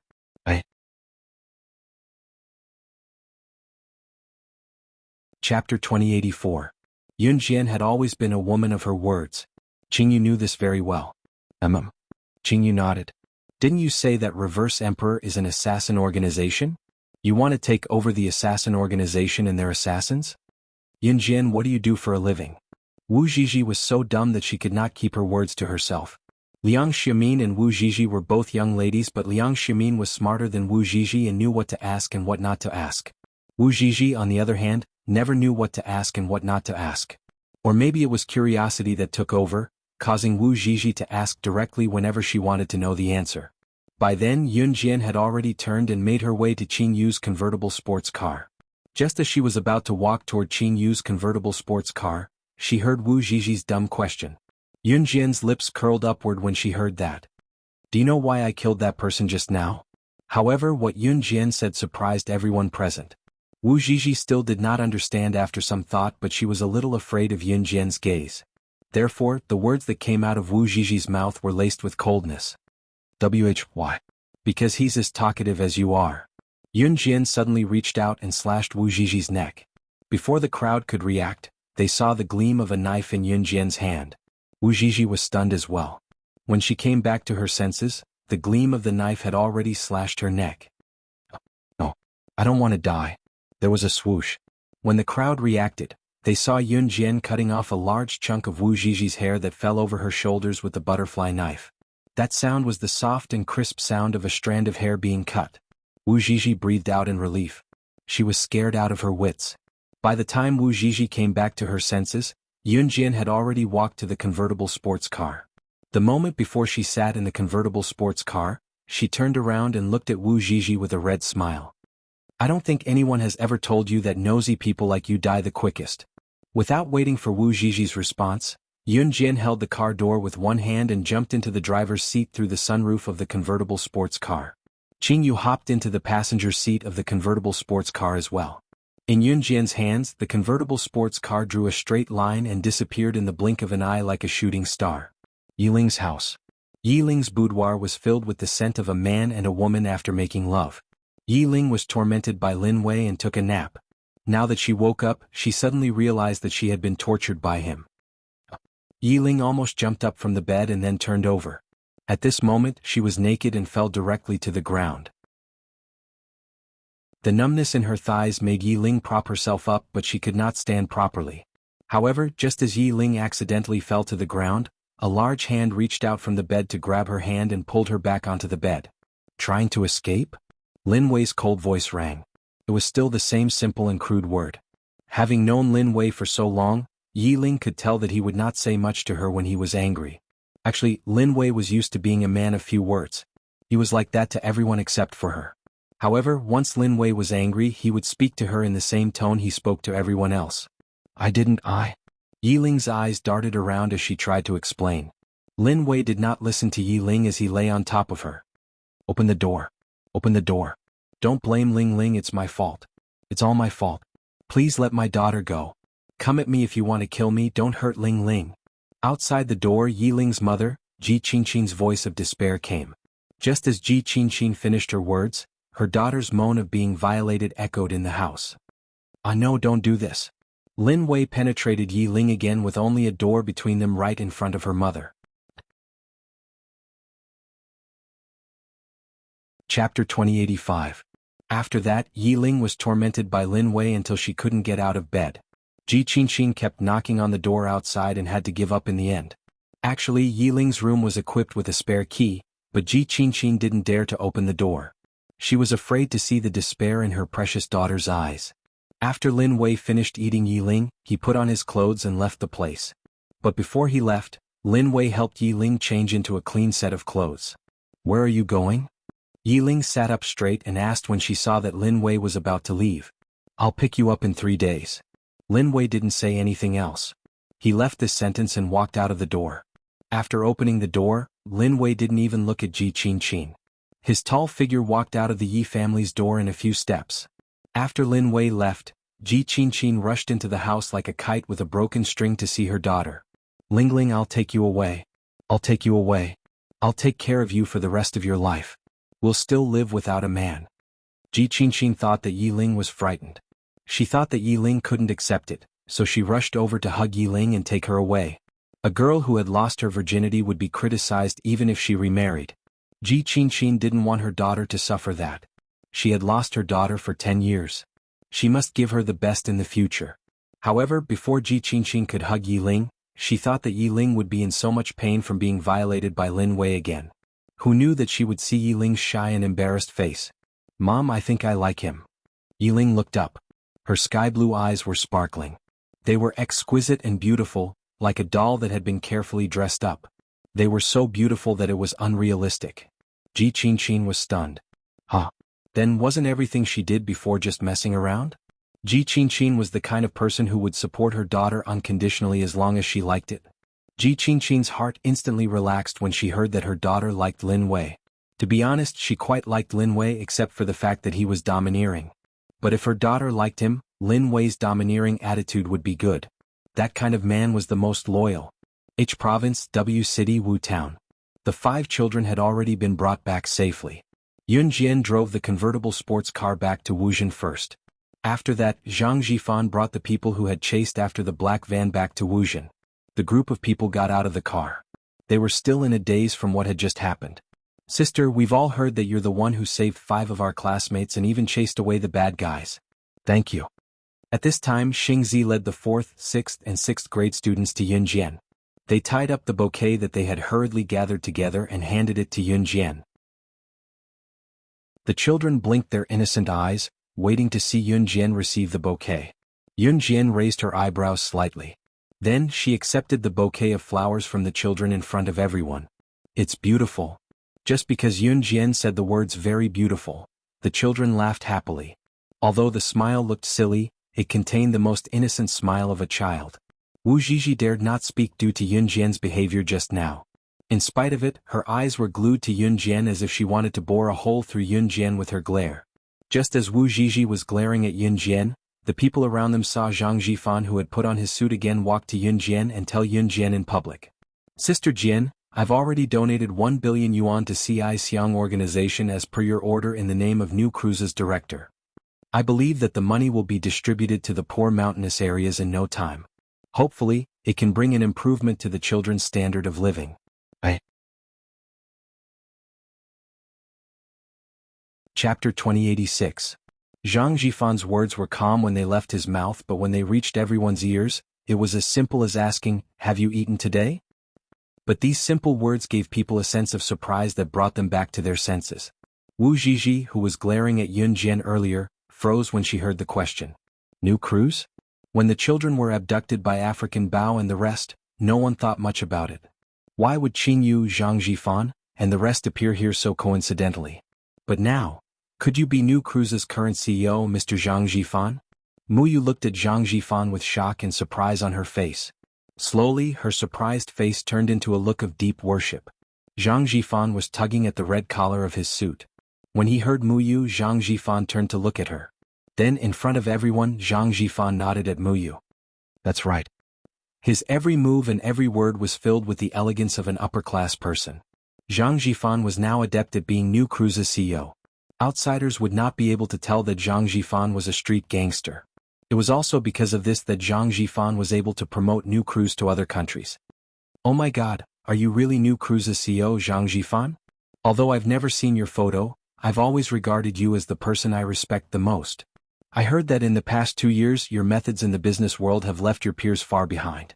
In just 1 year you stepped onto the national stage, and then, in just 2 years, you stepped onto the international stage. We're all proud of you. You're our role model. I didn't expect to meet you here today. I am so excited." Mu Yu stood before Zhang Jifan in excitement like a person standing before her idol. She could not contain her excitement. Zhang Jifan did not expect that someone would worship him so much. After hearing this, he felt a little embarrassed. "How am I awesome? Haha, it's all thanks to Sister Jian that New Cruise is where it is today. I only look impressive on the surface, but Sister Jian is the real business elite." Zhang Jifan scratched his head, laughed twice, and then said. Only now did the crowd regain their senses. From the moment Zhang Jifan revealed Yun Jian's identity as New Cruise's director, everyone was stunned and in disbelief. The mysterious director of New Cruise was actually an 18-year-old girl. Oh my god. If Yun Jian is the director of New Cruise, how old was she when she started New Cruise? Liang Xiumin exclaimed. Wasn't the difference a little too big? They were just ordinary university students. Even now, when they had no money, they were still reaching out to their families. What about Yun Jian? Could it be that she started a company when she was in junior high? Now that she was in university, her company was already officially operating on an international platform. Wu Zizi's eyes bulged and her face darkened, but she chose to remain silent. His expression was extremely ugly. It was as if she had gone to look down on someone back then and that person had flown to the sky to look down on her. Compared to New Cruz, Wu Zizi's father's company was nothing. Moreover, Wu Zizi had mocked her before, so she looked like she had lost all hope. However, that was not the end of it. After Zhang Zhifan heard what Liang Ximin said, his thoughts drifted back to the past. He chuckled and spoke without hesitation in front of everyone. Sister Jin came to us who were living at the bottom of society when she was 15, saying that she wanted to start a car marketing company. We were surprised back then, but we followed Yun Jian's lead. Actually, it's all thanks to Sister Jian that New Cruz can go international. She knows so many top international figures that we can't even count them with our fingers. Most importantly, those people listen to her. See, I used Sister Jian's name to negotiate with those people and everything went smoothly. There's one thing those people said about Sister Jian the most, and I agree with it a lot. It's that she, Yun Jian, is a legend that will never be defeated.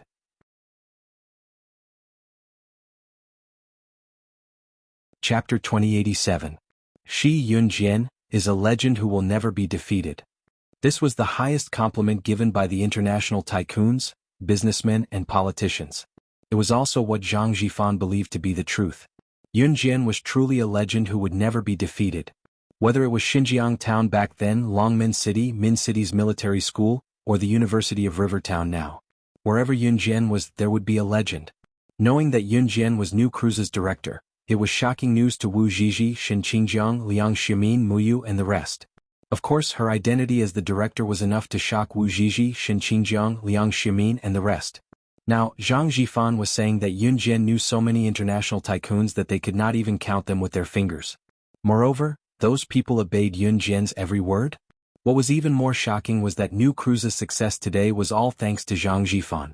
Now that they heard Zhang Zhifan's words. If it were not for Yun Jian's acquaintance with the international tycoons, without Yun Jian paving the way, Zhang Zhifan alone would never have the capability to lead New Cruz to the international stage. Yun Jian was the most important person for New Cruz to be where it was today. Wu Zizi, who cared a lot about her family background and wanted to compare her family background with her classmates and friends in school, had a dark expression on her face.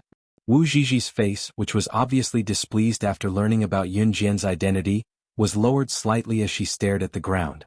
Wu Zizi, who was initially blushing but now had a dark expression and was gripping the hem of her shirt tightly as if she was not going to back down, was now silent. Perhaps she was shocked by Yun Jian's behavior earlier, or perhaps she felt that her family background was not as good as Yun Jian's. Wu Zizi kept her head down, but she was actually so angry that she was about to spit blood. Some people wished that the world would come to see them when they were in the limelight. However, if they were slapped in the face, they would be like a football that was holding its breath, standing aside without a sound. Big brothers and sisters, my mother made mung bean soup for all of you. It's not much, but she said it's to thank you for saving me just now. Just then, a child dressed in dirty clothes walked over with a basket filled with a few bowls of mung beans. There weren't many bowls of mung beans in the basket, she said as she walked. This child was one of the 5 children who had just been kidnapped. In this poor mountainous area, mung bean soup was only taken out during festivals. Grab a small handful of mung bean soup and put it into porridge that had more water than rice. It was a fresh luxury. Today the child's mother cooked all the mung beans. Her generosity was indescribable.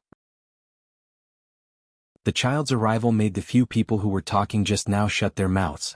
The child also obediently took out bowls of mung bean soup from her basket and handed them to everyone. The child was reluctant to eat it herself and gave all the delicious food to others. At this time, when the child handed the mung bean soup to Wu Zizi slapped the bowl of mung bean soup in the child's hand to the ground. Don't give it to me. I don't know how many people have eaten this bowl. There are so many bacteria on it. It's so dirty. Also, have you washed your hands? Has your mother washed her hands? I think you people here are so poor that you can't even afford to wash your hands. It's so dirty.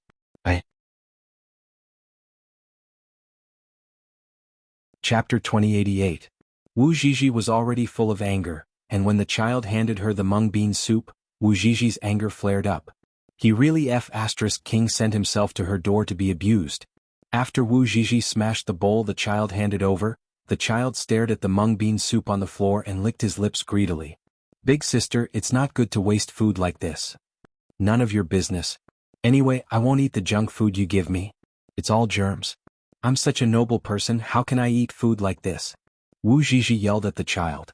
At that moment, Yun Jian, who had been silent all this while, narrowed her eyes slightly. Noble? Yun Jian sneered mockingly. What? Isn't that the case? Wu Zhizhi replied confidently. You should be the one with germs all over your body, Yun Jian suddenly said to Wu Zhizhi. What do you mean? Wu Zhizhi instantly had an ominous feeling after hearing that. In the next second, Yun Jian turned on her phone and pressed on the button twice. Everyone heard the conversation between Shin Qingjiang and another boy from Yun Jian's phone. That conversation made Wu Zhizhi collapse on the spot. Qingjiang, are you really not going to accept treatment? This was the boy who was talking to Shin Qingjiang. Is treatment useful? Anyway, I'm going to F*King die anyway. If I can drag one down to hell with me, it's one more. I was F*King harmed by someone back then. This was what Shin Qingjiang said. How long have you been aware that you have AIDS? Not long. After I F*K'd Wu Zhizhi and confirmed that she also has AIDS, I'll F*Ck other girls. Even if I die, I'll drag them down with me. You're really not kind. The girls who met you are really unlucky. I'm not kind? That's because I was forced. F*Ck. I F*K'd that be *Tch Wu Zhizhi so many times. This time I'll definitely infect her with AIDS. That be *Tch didn't ask for a condom when she did it with you? Tsk, I was just bluffing a little.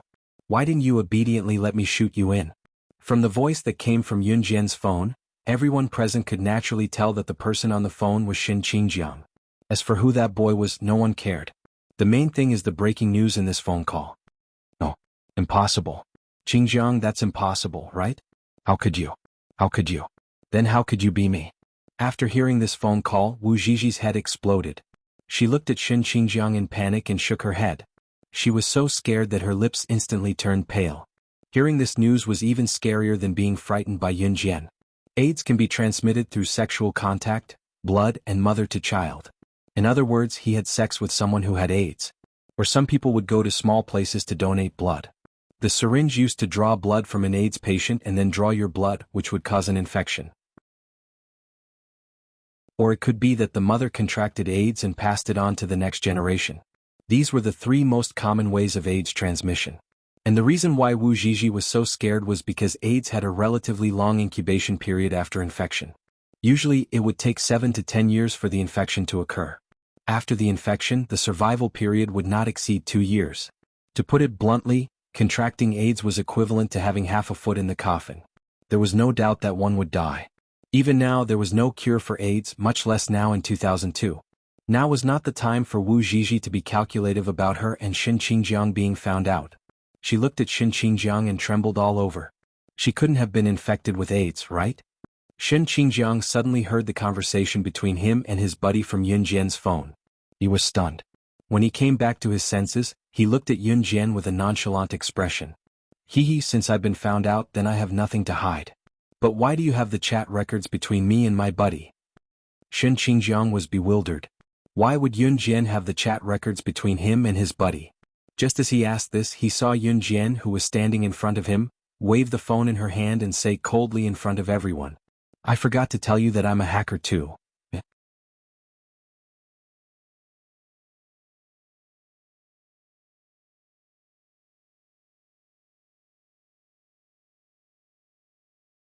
The surrounding children were playing with a group of university students. Yun Jian was lying on the lawn bathed in the weak morning sunlight. At the side, there were 4 or 5 sheep bleating as they surrounded Yun Jian. The sunlight was very glaring. Yun Jian was mesmerized by it. She closed her eyes to feel the weak and glaring rays of the morning sun.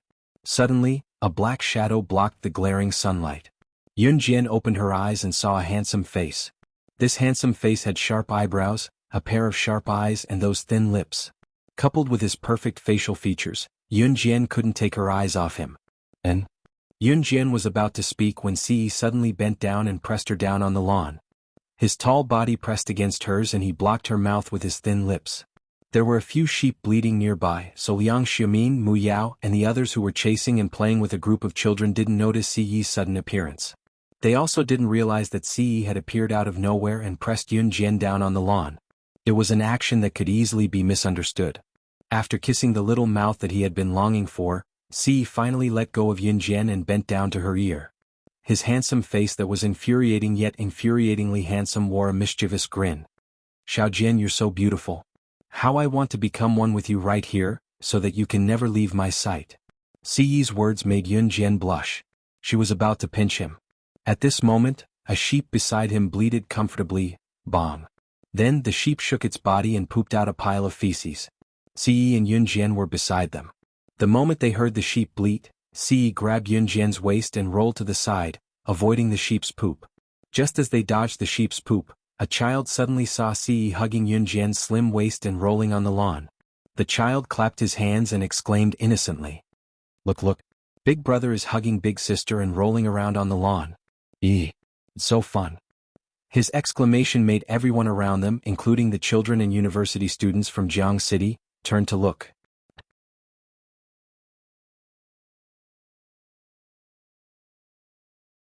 Chapter 2090. After avoiding that pile of sheep poop, Ce and Yunjian were exposed in front of everyone. Ce was hugging Yunjian's slender waist and didn't hide himself and Yunjian. Hence, everyone saw Ce hugging Yunjian and rolling around on the grass. A few university girls inadvertently caught a glimpse of Ce's handsome face and then looked at Ce and Yunjian rolling around on the grass in an extremely ambiguous position. They couldn't help but blush. Ce, who was discovered, didn't panic at all. On the contrary, he hugged Yunjian and rolled around on the grass before pulling her up. It was as if he hadn't done anything bad just now. Who is this man? There's actually such a handsome man in this world? Could he be her boyfriend? When the girls saw Ce's handsome face, they couldn't react for a long time. However, Liang Xiumin and Mu Yao walked over with a few children. "Yunjian, your boyfriend actually came all the way here to look for you.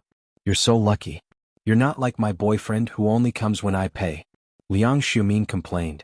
Liang Xiumin's boyfriend, Jinyu, was a gangster who lived near Jiang City. He had met Liang Xiumin in Jiang City. Jinyu was one of the people Yunjian and the others had met at the beach in Zhou Mountain. Jinyu's boyfriend was considered a weirdo. It was one thing for a grown man to come looking for Liang Xiumin and ask her for travel expenses, but he even brought a group of men and women with him. He even wanted Liang Xiumin to pay for their travel expenses, meals, and even the money for their entertainment. He was a typical gigolo. "We're already married," Ce frowned and explained when he heard Liang Xiumin say that he was Yunjian's boyfriend. When Liang Xiumin heard that, she chuckled and said, "I know." Then she nudged Yunjian with her hand and revealed a smile that said, "You're so lucky." This time, Ce didn't take out her marriage certificate or the fake pregnancy test report. Muyu, on the other hand, was stunned when she heard Liang Xiumin's words. Then she asked Liang Xiumin in a daze, "Junior, you have a boyfriend?" "Yeah, what's wrong?" Liang Xiumin didn't notice the displeasure in Mu Yaoyao's tone as she replied, "Nothing." In a place where no one could see, Mu Xiao clenched her fists and gritted her teeth as she spoke. Yunjian saw Mu Yaoyao's actions, but she didn't say anything. At this moment, Yunjian's hand was being held tightly by Ce. At this moment, someone tugged at the hem of her clothes. Yunjian glanced sideways and saw Lu Ying, who was only as tall as her waist, tugging at her clothes as she stared at her with her large dark eyes. Before Yunjian could speak, Lu Ying spoke first. She looked at Yunjian and then at Ce and asked, "Are big sister and big brother going to have children in the future?" Lu Ying really didn't stop until she said something shocking. After he said that, the people around him pretended to cough a few times. However, Lu Ying really didn't know what was wrong with her words. She just stared at Yunjian with her large eyes and waited for Yunjian's reply. Yunjian blinked. Before she could say anything, Liang Xiumin reached out and gently flicked Lu Ying's forehead and said, "Yes, yes, yes. They're in that relationship." When Lu Ying heard Liang Xiumin's words, she suddenly clapped her hands and said, "That's great. Big brother and big sister are so beautiful. Big brother and big sister's children will be especially beautiful in the future." After Lu Ying said this, a little boy next to her added, "But to have a baby, don't they have to fight before they can get pregnant? My mother and father fought and I had a little brother." "Nonsense. My father said that to have a baby, it's fine as long as they eat and sleep well. There's no need to fight at all." A little girl with 2 ponytails stood out and retorted, "But why did Dong Dong from the neighboring village say that as long as you kiss, you'll have children? He also said that boys and girls sitting together in class can get pregnant too."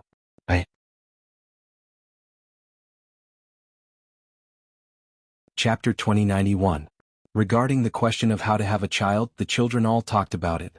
A group of innocent children discussing how to have a child, the result of the discussion really made people not know whether to laugh or cry. The few university students standing by the side listened to the discussion of this group of children and felt awkward for a moment. However, the children were completely unaware of how shocking their words were. Hearing this child say that boys and girls would get pregnant when they sat together in class, a 10-year-old girl suddenly burst into tears. Wah wah wah wah. Then I've been desk mate with a boy for a year, am I pregnant now? Am I going to have a child soon? I don't want to wah wah wah. After this little girl cried, the surrounding girls were all shocked by the little girl's words, and perhaps affected by the atmosphere. One by one they all cried out, "Ah? Does that mean I'm pregnant too? I don't want to be pregnant. Wah wah wah. I've also been desk mate with a boy for 2 years, will I have 2 children? I don't want to. Wah wah wah. Mom said that if I get pregnant before marriage I'll be drowned in a pig cage." In less than 2 minutes, the group of children who were running and jumping around just now, all the girls stood in place and cried. The boys looked at the girls in a daze, not knowing whether to comfort them or not. This scene progressed so quickly that it surprised the group of university students present. Why are they all crying? Liang Xiaomin looked at the scene in front of her in a daze, not knowing what to do. You won't get pregnant. Just when the group of girls was crying and gasping for breath, and the surrounding people didn't know what to do, Yun Jian's voice suddenly sounded. Perhaps this voice had a trace of the majesty of a king. The group of girls instantly stopped crying. Sister, is it true? Lu Ying wiped her tears, raised her head and looked at Yun Jian with a pair of big black eyes, blinked her eyelashes that were still stained with tears, took 2 deep breaths and asked. Of course it's true, I never lie. Yun Jian's red arc raised and she smiled faintly. Perhaps Yun Jian's words had a certain charm. The girls present really stopped crying. Although there was a small interlude, everyone had a great time in the morning and afternoon. Yi didn't leave at night and stayed at Lu Ying's house. Originally, Liang Xiaomin and Yun Jian slept on the same bed, but Liang Xiaomin consciously slept in the same room as Lu Ying and Lu Shi at night. Yi didn't do anything strange to Yun Jian since they were in someone else's house. They woke up early the next morning for the return journey. Hearing that the big sisters and big brothers were leaving, the children were already awake when the sun was still up. Putting on the big cotton-padded jackets they bought with New Cruise's donation, they stood by the road in Wu Town to bid farewell to Yun Jian and her friends. The children's thin bodies were no longer cold, and they were no longer wearing thin clothes that were as thin as if they were naked. Although the children didn't know how they got pregnant, they knew that it was all thanks to Yun Jian that they were able to wear the big cotton-padded jackets, new school bags, new textbooks and new stationery. Sister, will you come back to see us again? The children stood on the muddy road that led to the city in Wu Town, their little eyes staring at Yun Jian, their eyes filled with longing. Yes. Yun Jian nodded as she looked at the stars in the children's eyes. Sister, you said that mommy will come back, right? Lu Ying couldn't bear to see Yun Jian leave, so she hugged her brother tightly and stared at Yun Jian with her little eyes. Yun Jian was silent for 2 seconds before replying Lu Ying, yes. She didn't know if Lu Ying's mother would come back, but she knew that she couldn't let a child's longing for their mother die. Sister, thank you. As Lu Ying spoke, she seemed to have recalled something. She took out a wrinkled old photo and handed it to Yun Jian with trembling hands. Sister, this is the only photo of mommy that I have. I'm giving it to you. Sister, you don't have to look for mommy on purpose. Just help me tell mommy if you accidentally see her. Ying isn't mommy's burden anymore. Ying can take care of little brother and grandma. Ying doesn't need mommy to take care of us. But Ying misses mommy. Little brother misses mommy too. He wants mommy to come home and see Ying. Sister, can I?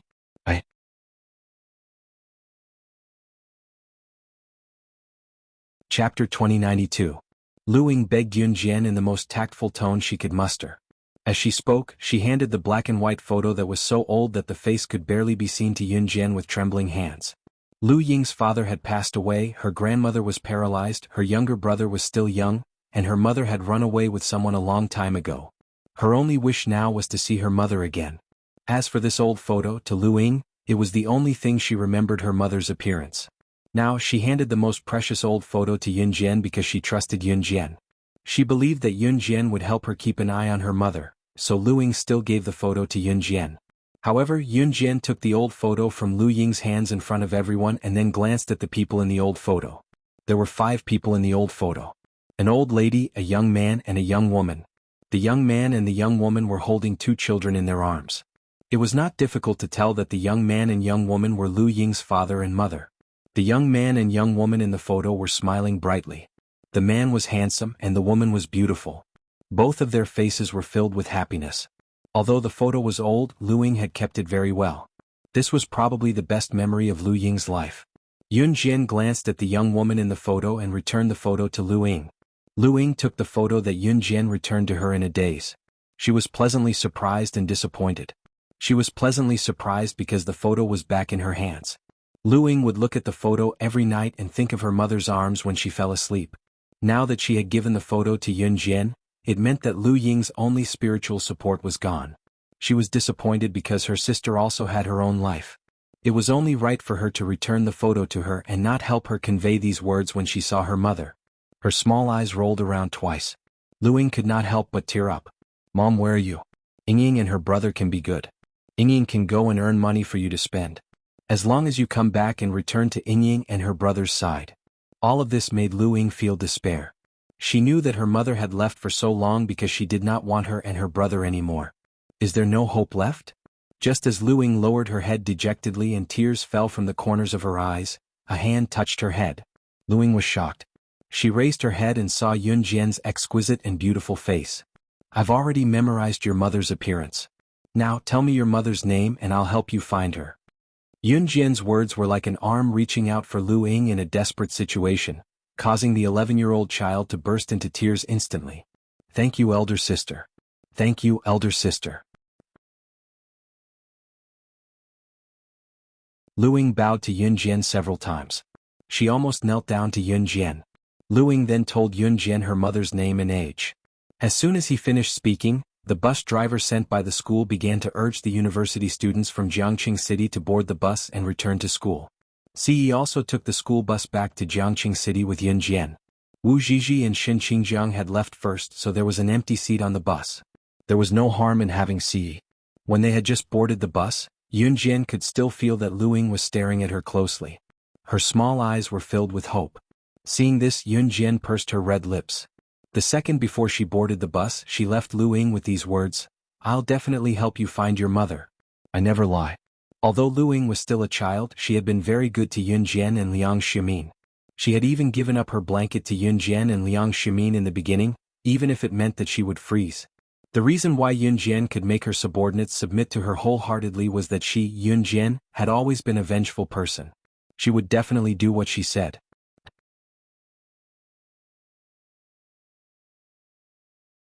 Chapter 2093. Yun Jian's words gave Lu Ying hope. It had been a long time since anyone had been so nice to her. Lu Ying had an indescribable feeling. In the end, the bus drove away under the gaze of Lu Ying and the rest.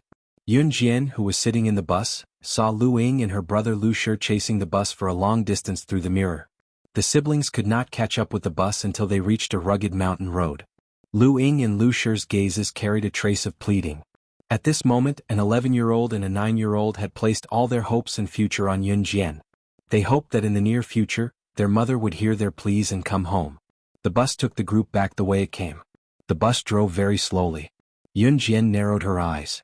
At the entrance of Wuxia town, she saw the two old ruffians who had tried to stop Yun Jian and Liang Ximin in the bamboo forest. The two old ruffians were limping. Although they survived, it seemed like they would have to limp for the rest of their lives. Of course, this was their retribution. Yun Jian did not expect the two old ruffians to survive. In spite of it, Yun Jian was no longer interested in how the two old ruffians managed to survive. After the bus left Wuxia town and drove into the city, Yun Jian directly sent the information of Lu Ying's mother to the Kosha mercenaries intelligence group. It was already evening when they returned to Jiangqing. The next morning, Ce returned to Anhun organization. The next afternoon, Yun Jian and Zhu Huili had lunch in the cafeteria. While they were eating, her phone suddenly received a message. She took it out and saw that it was from Diane. The content of the message was very simple. She had found the whereabouts of Lu Ying's mother. After lunch, Yun Jian stuffed her phone into her pocket and told Zhu Huili that she would be taking 3 days off. Zhu Huili responded. She wasn't surprised by this at all. After calling her homeroom teacher, Miss Yu, to tell her that she wanted to take 3 days off, Yun Jian walked towards the school gate. Last time, Miss Yu had promised her that as long as she went to the countryside to teach, She could ask for leave whenever she wanted. Miss Yu didn't go back on her word. Hey President, you're finally back. We've been waiting for you for the past 2 days. When he reached the school gate, he bumped into Zhou Huntao from the martial arts club. When Zhou Huntao saw Yun Jian, he hurriedly stopped and greeted his brothers before speaking to Yun Jian. Zhou Huntao's brothers were obviously stunned. Could it be that this girl was the legendary new president of the martial arts club? In the next second, Yun Jian's words confirmed their thoughts. And I'll take 3 days off. Tell Mo Bufan to continue supervising the training of the members of the club while I'm away. After I return, I'll test the progress of the members of the club one by one. The martial arts competition was just around the corner, and it all depended on one's willpower. Zhou Huntao nodded at Yun Jian's words.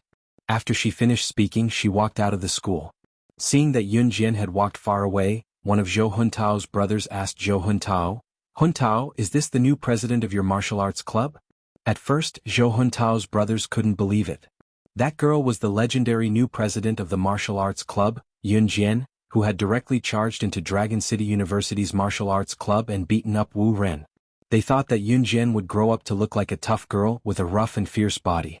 But she was 2F** King beautiful. However, in front of his brothers, Zhou Huntao proudly and confidently said, "That's right, she's the new president of our martial arts club. With her, we'll definitely get first place in this year's martial arts competition."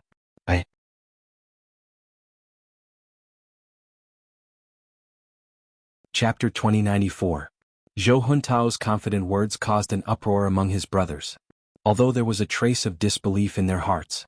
Could such a skinny body really lead the members of the martial arts club to win the first place in this year's martial arts competition? But at this moment, no one said anything about doubts. The next day. Ji Province, Guang City. Guang City was a first-tier city located in Ji Province. Its economy was developing fast and the people's living standards were high. Located in the suburbs of Guang City, there was a tall villa. The villa was surrounded by people holding iron rods. This group of people looked like ruffians from head to toe. They walked back and forth to the left and right as if they were guarding someone in the villa. In the villa, in a large room, a lady sat in front of a makeup mirror. She fiddled with her hair in a daze and her face was getting more and more haggard. With a creak, the door was opened and then closed. This lady was completely unaffected by the door opening and closing. She continued fiddling with her hair in a daze, as if she was an emotionless doll. It wasn't until the door was closed and locked that the lady was awakened from her reverie by the sound of a woman's voice, which was as pleasant as the sound of nature. "You abandoned your family and children, leaving your son and daughter to live a life worse than pigs and dogs in the poor mountainous area. Wang Cuifan, have you ever felt the slightest bit of remorse?"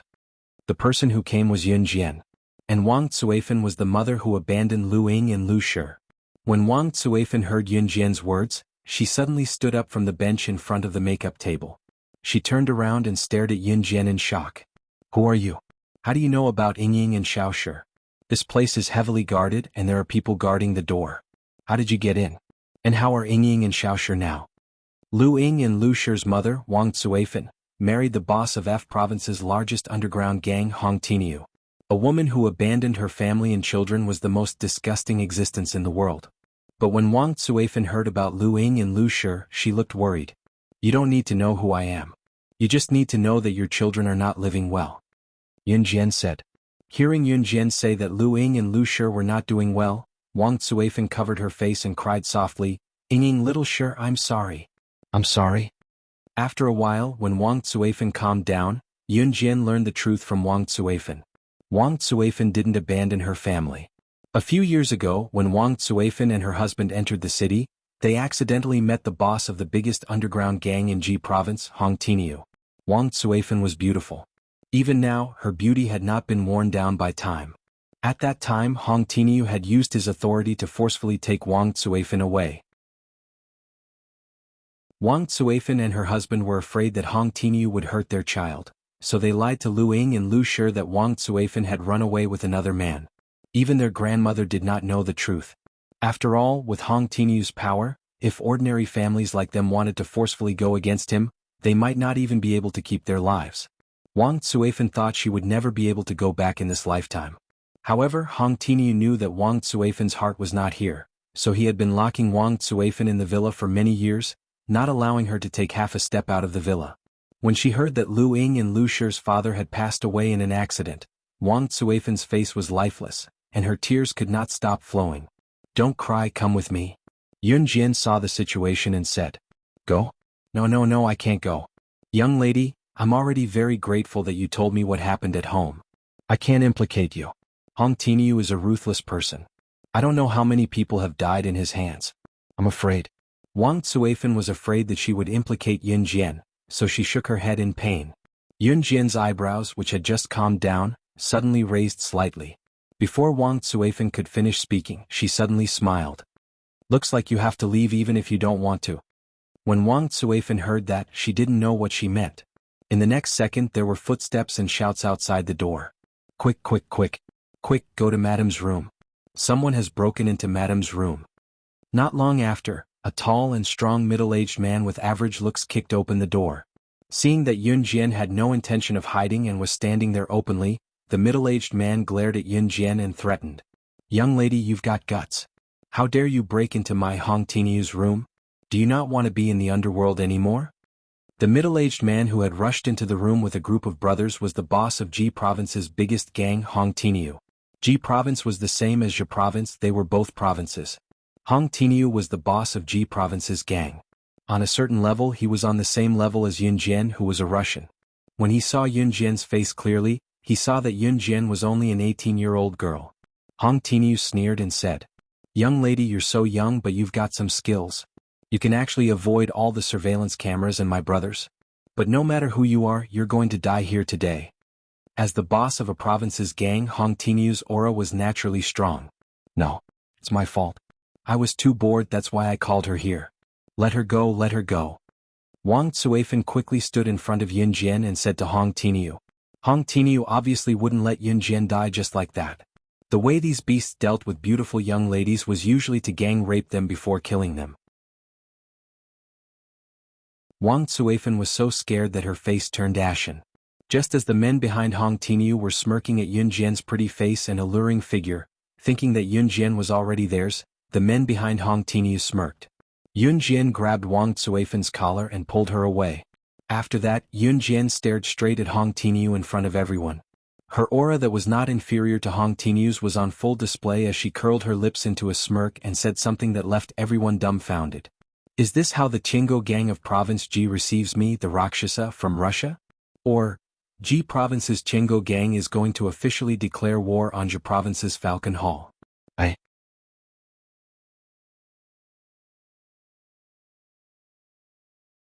Chapter 2095. Facing Hong Tinyu, the leader of the number 1 gang in Province Ji, and his underlings. Yun Jian, who was only 18 years old, did not show any hint of fear or trepidation. On the contrary, she looked straight into Hong Tinyu's eyes and said those words in front of everyone without any fear. His words and actions were enough to make Hong Tinyu and the group of brothers behind him exclaim in admiration. But what did Yun Jian just say? Rakshasa? Zhe Province's Falcon Hall? Wasn't Rakshasa of Zhe Province's Falcon Hall the terrifying woman who took over a small gang in Zhe Province and developed it into the number 1 gang in Zhe Province in the shortest time possible? It was said that the woman's ability was invincible. Moreover, although Falcon Hall was a gang in the same province as many other gangs, Falcon Hall's ability was much more powerful than the gangs in other provinces. At least now, the gangs in other provinces would take a detour when they heard about Falcon Hall. They would rather take a long detour than fight with Falcon Hall. That was because Falcon Hall's ability was too strong. There were even rumors that Rakshasa would lead Falcon Hall to become the leader of the underground gangs in Country Z sooner or later. But today an 18-year-old girl stood in front of everyone and called herself Rakshasa, the boss of Falcon Hall? Rakshasa founded Falcon Hall 3 years ago. You weren't even 15 years old 3 years ago, right? Are you going to say that you founded Falcon Hall when you were 15? What a joke. Big brother, this girl is obviously bluffing. Wait until we catch this girl and let our brothers take turns to enjoy her. Then we'll know if she's an imposter or not. The middle-aged man standing next to Hong Tinyu rubbed his hands together and smiled. He squinted his eyes and gestured at Yun Jian's voluptuous breasts from 5 to 6 meters away. This perverted middle-aged man even gestured as if he was grabbing Yun Jian's breasts. Of course, the middle-aged man squinted his eyes and fantasized about it from 5 to 6 meters away. In reality, he was not even 1 meter away from Yun Jian. It was me who had nothing to do, so I called her to my room to chat with me. She didn't do anything. Let her go. Wang Tsuifan was so scared that she lost her composure. She was scared because she was afraid that Yun Jian would be ruined by Hong Tinyu and his group of scum. It wasn't like such a thing had never happened before. When Wang Tsuifan first arrived here, she had met a young lady. At that time the girl was about Yun Jian's age. She got along well with Wang Tsuifan. Later, when she heard about Wang Tsuifan's background, she planned an escape for her. In the end, Wang Tsuifan and the little girl were caught. The little girl had been gang-raped to death by Hong Tinyu's group of scum because she had protected Wang Tsuifan's escape. Wang Tsuifan had seen the little girl die with her own eyes. She would never forget this pain for the rest of her life. Therefore, at this moment, Wang Tsuifan was afraid that Yun Jian would be killed by her. Moreover, he had died in such a humiliating manner. Since then, the number of guards guarding Wang Tsuifan in the villa increased. "Oh madam, why are you in such a hurry?" Not only did this little brat cover for your escape, she even pretended to be the boss of Falcon Hall, Rakshasa. Just based on these 2 points alone, how could we let her go? That vulgar middle-aged man rubbed his hands and looked at Yun Jian. His saliva was about to drip from the side of his mouth. "Speaking of which, madam, you can only blame yourself for this. You said that we gang-raped that little girl to death because of you. Today we don't know where you found this little girl from. Aren't you asking us to make a move on her?" As the vulgar middle-aged man spoke, he had already walked towards Yun Jian.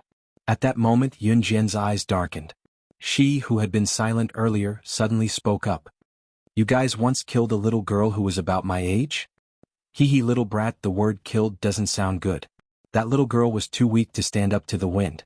After we took turns king her a few times, she died. Who can you blame? But don't worry, little brat. You're so beautiful. We can't bear to let you die. The vulgar middle-aged man had already walked within 3 meters of Yun Jian and was speaking vulgarly in front of everyone. However, just as he stepped within 3 meters of Yun Jian, a gunshot rang out. Unknowingly, Yun Jian was holding a silver pistol in her hand. The gun in her hand was so fast that before anyone could react, the bullet had already shot out and pierced through the vulgar middle-aged man's head. A second before the middle-aged man's eyes widened and he lost consciousness, Yun Jian spoke in front of Hong Tinyu and everyone else with an indifferent expression. "Since you can't bear to let me die, then I'll have to trouble you to die."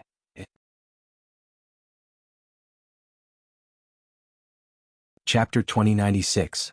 When the crowd finally reacted, they did not see the perverted middle-aged man assaulting Yun Jian.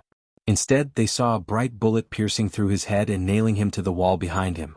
The sleazy middle-aged man widened his eyes and stared at Yun Jian for 2 seconds with narrowed pupils. 2 seconds later, the perverted middle-aged man fell to the ground and stopped breathing after Yun Jian finished her sentence. F***ck. This woman killed the 3rd leader of the Tiango gang. One of the men behind Hong Tinyu shouted with his eyes wide open. The dead perverted middle-aged man was Lin Buleng, the 3rd leader of the biggest gang in Province G, the Tiango gang. Lin Buleng was the 3rd leader of the Tiango gang. He was lustful and spent every night with beautiful women. He did not care about the Tiango gang's affairs. Therefore, Lin Buleng's first thought when he saw Yun Jian was his perverted thoughts. Everyone was shocked that Yun Jian had taken out a gun and killed Lin Buleng. At the same time, Wang Tsuifan, who thought that she would kill Yun Jian, was shocked too. The young lady carried a gun with her. The villa was heavily guarded. If Yun Jian could enter the villa without being noticed, it meant that she was not an ordinary person. Wang Tsuifan did not even know who Yun Jian was when she said that she was the boss of Zhe Province's Falcon Hall, Luosha. However, the scene of Yun Jian taking out a gun and killing Lin Buleng caused an uproar. "Boss, this young lady has guts. She dared to kill the 3rd leader in front of you. Brothers, let's kill her." A man standing behind Hong Tinyu smiled happily when he saw Lin Buleng dead. However, he pretended to be furious that Lin Buleng was killed by Yun Jian. The man was Song Qing, who was promoted by Hong Tinyu after the Tiango gang became the biggest gang in Province G. Other than the boss Hong Tinyu, there were also the 2nd and 3rd leaders in the Tiango gang. Now that Lin Buleng, the 3rd leader, was dead, Song Qing, who had always been dissatisfied with Lin Buleng's beauty, was surprised and delighted. Another reason was that once the 3rd master Lin Buleng died, the position of the 3rd master would be reselect. He, Song Qing, was determined to win this position. Song Qing was thinking of rushing forward to kill Yun Jian before Lin Buleng died. That way he would be able to increase his chances of competing for the position of the third master in the future. Hong Tinyu narrowed his eyes and waved his hand at Song Qin, signaling him to stop. Then he fixed his gaze on Yun Jian. Falcon Hall's boss Rakshasa? Do you know the consequences of impersonating Falcon Hall's boss Rakshasa? Hong Tinyu was a smart man. He tried to test Yun Jian.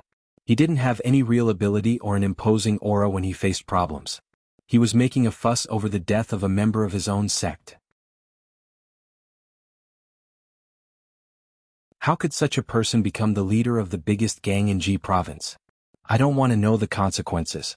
I only know one thing. Today I will take Wang Tsuifan and leave. Anyone who stands in my way will die. Yun Jian looked straight into Hong Tinyu's eyes fearlessly as he said those words. Ah, you said you want to take my Tsuifan away? Then today, even if you are Rakshasa, you won't be able to leave this place. Hong Tinyu's face changed when he heard that Yun Jian wanted to take Wang Tsuifan away. Hong Tinyu waved his hand and shouted to his brothers behind him, set up the Chingo gang's inescapable net. Even if she is Rakshasa, she won't be able to escape today. The Chingo gang's inescapable net was well known throughout the country. It was said that none of the members of the underworld who fought against the Chingo gang had ever escaped from the Chingo gang's inescapable net.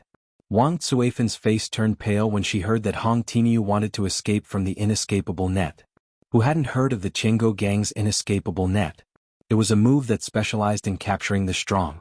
Inescapable net? Yun Jian narrowed her eyes when she heard that. She suddenly put away her pistol and stood there empty-handed. She raised her eyebrows and looked at Hong Tinyu. I've never heard of the Chingo gang's inescapable net, but the inescapable net that you speak of that is capable of trapping me. I would like to give it a try.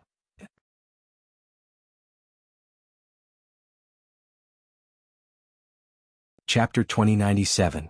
A net that could trap Yun Jian? Interesting. Yun Jian raised her eyebrows. Yun Jian's words made Hong Tinyu slightly nervous. Had she not heard of the Chingo gang's net that was well known throughout the country? Was she not afraid? But due to his confidence in the Chingo gang's net, Hong Tinyu narrowed his eyes and looked at Yun Jian. He smiled and said to Song Qin, who was standing behind him. Song Qin immediately set up the net. Today I want her to be unable to escape. The net that Hong Tinyu spoke of was actually to wear down the opponent's stamina. When the opponent's strength could not keep up, the net would capture the opponent in one fell swoop. There would be a time when everyone would run out of stamina. For example, let's say you fought with someone. The first time you won, you immediately fought with another person after you won. At this time, your stamina would have been depleted from the first fight. Hence, when you fought with the second person, your stamina would be at a disadvantage. If you won against the second person, you would continue to fight with the third and fourth person. Then, when your stamina was depleted, even if the opponent was a child, they would be able to stab you to death. This was the true face of Hong Tinyu's Chingo gang's net. And Hong Tinyu was not stupid. Compared to many people before him, he was much smarter. If one thought that Hong Tinyu only found ordinary people, then one would be gravely mistaken. Hong Tinyu could afford to hire a high-level assassin, but he used this sum of money to hire over 100 low-level assassins from around the world.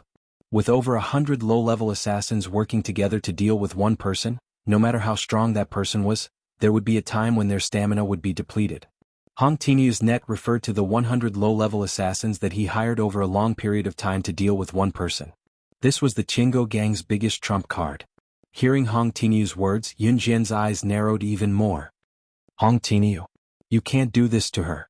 If you dare to do this to her, I'll kill myself. I'll commit suicide for you to see. Wang Tsuifan panicked.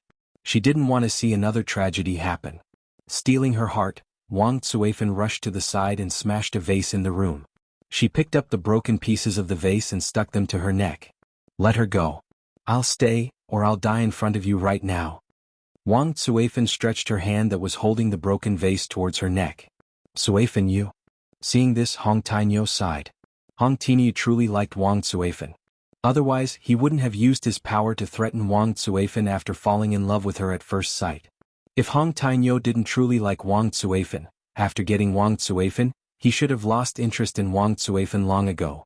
Who cared if she left or stayed? But why did he order people to protect Wang Tsuifan?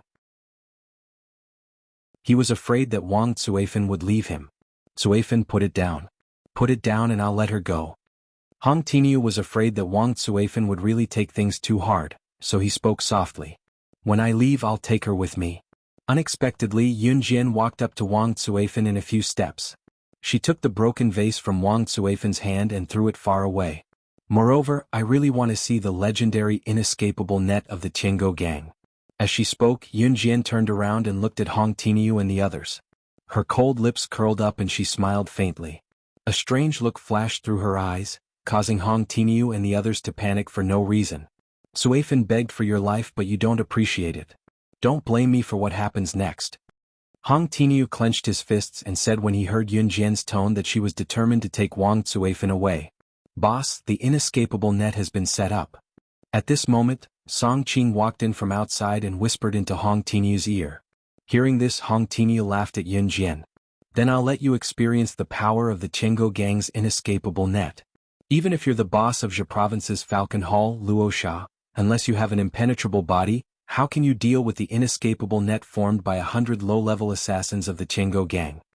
Hong Tiniu's words made Yunjian squint her eyes. 100 low-level assassins? Hearing Yunjian's question, Hong Tiniu thought that Yunjian was afraid.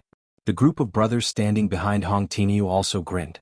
So what if she was really the boss of Falcon Hall, Luosha? If she was really the boss of Falcon Hall, then the Tiango gang would be invincible once they killed the boss of Falcon Hall. Just as the group assumed that Yunjian was scared out of her wits, Yunjian, who stood in front of them, smirked and uttered her arrogant words. You're right, I'm not going to let you go. A mere 100 low-level assassins want to block my path? Tiango gang of Province G, looks like the inescapable net that you're talking about is just this.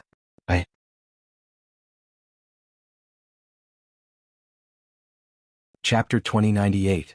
It had to be mentioned that Hong Tiniu was indeed smart. If it was someone else, they would rather hire a powerful high-level assassin than use the money to hire a powerful high-level assassin to hire 100 low-level assassins. But Hong Tiniu did the opposite. In fact, although the strength of a high-level assassin was powerful, there was a limit to his strength. 1 chopstick was easy to break but 10 chopsticks were hard to break. 3 cobblers were better than 1 zhuge liang. These 2 proverbs were the same as how 100 low-level assassins could compete with a high-level assassin. Even Yunjian had to be on full alert when facing 100 low-level assassins. But why did she still say such arrogant words after knowing all these?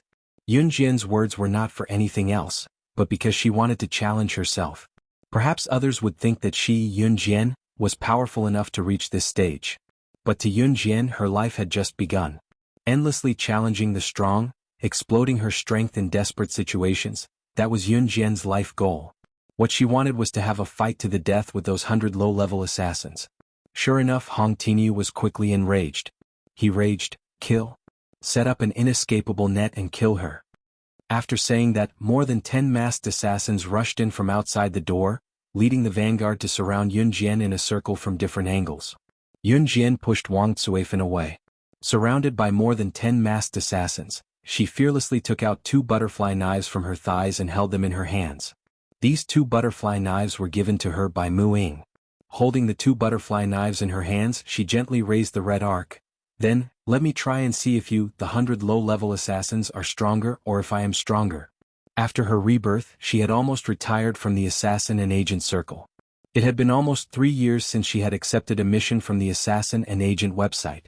Today, the 100 low-level assassins surrounding her reminded her of the past. Seeing Yunjian holding the 2 butterfly knives in her hands, the low-level assassins who rushed in were slightly stunned. Their pupils constricted, as if they thought of a terrifying person who also used butterfly knives. In spite of it, a dozen low-level assassins charged toward Yunjian with their weapons in hand. Kill her. In Hong Tiniu's words, kill her directly. Under the watchful eyes of the crowd, the assassins held their weapons and rushed towards Yunjian. Yunjian, who was supposed to be panicking and looking at the assassins around her, only indifferently turned the butterfly knives so that the blades were below her and held the hilts. More than a dozen assassins came at her from different angles. At the same time, Yunjian raised a brow and shifted her legs slightly. Abruptly, right in front of Hong Tiniu and the others, she rolled on the ground and stood on one knee agilely with a slight lift of her hand. At this moment, she turned to look at the other assassins. She didn't even look at the position in her hand. The blade of the butterfly knife in her hand had already pierced through the throat of the first low-level assassin who couldn't react in time. 1 knife to the throat. This speed was so fast that no one present could react in time. This low-level assassin had already fallen to the ground and was no longer breathing. The other low-level assassin's pupils constricted. Just as they were about to attack Yun Jian from the side, they saw Yun Jian kick the low-level assassin's abdomen after his throat was slit. At the same time, she turned around and nimbly moved the butterfly knives at a speed that no one could see clearly. She flashed past the low-level assassins. By the time everyone reacted, Yun Jian had already brushed past a dozen low-level assassins.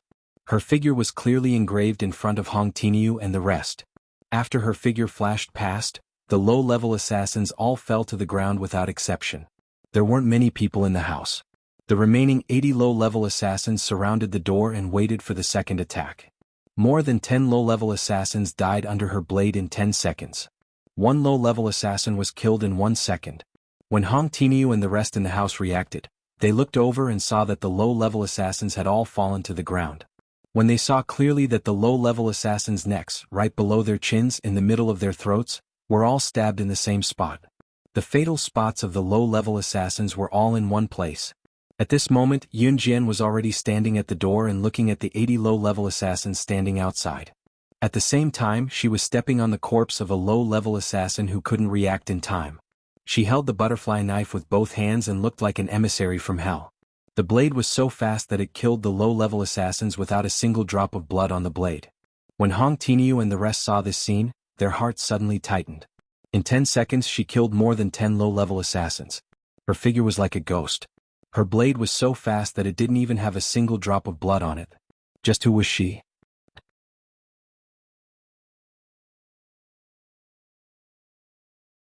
Chapter 2099.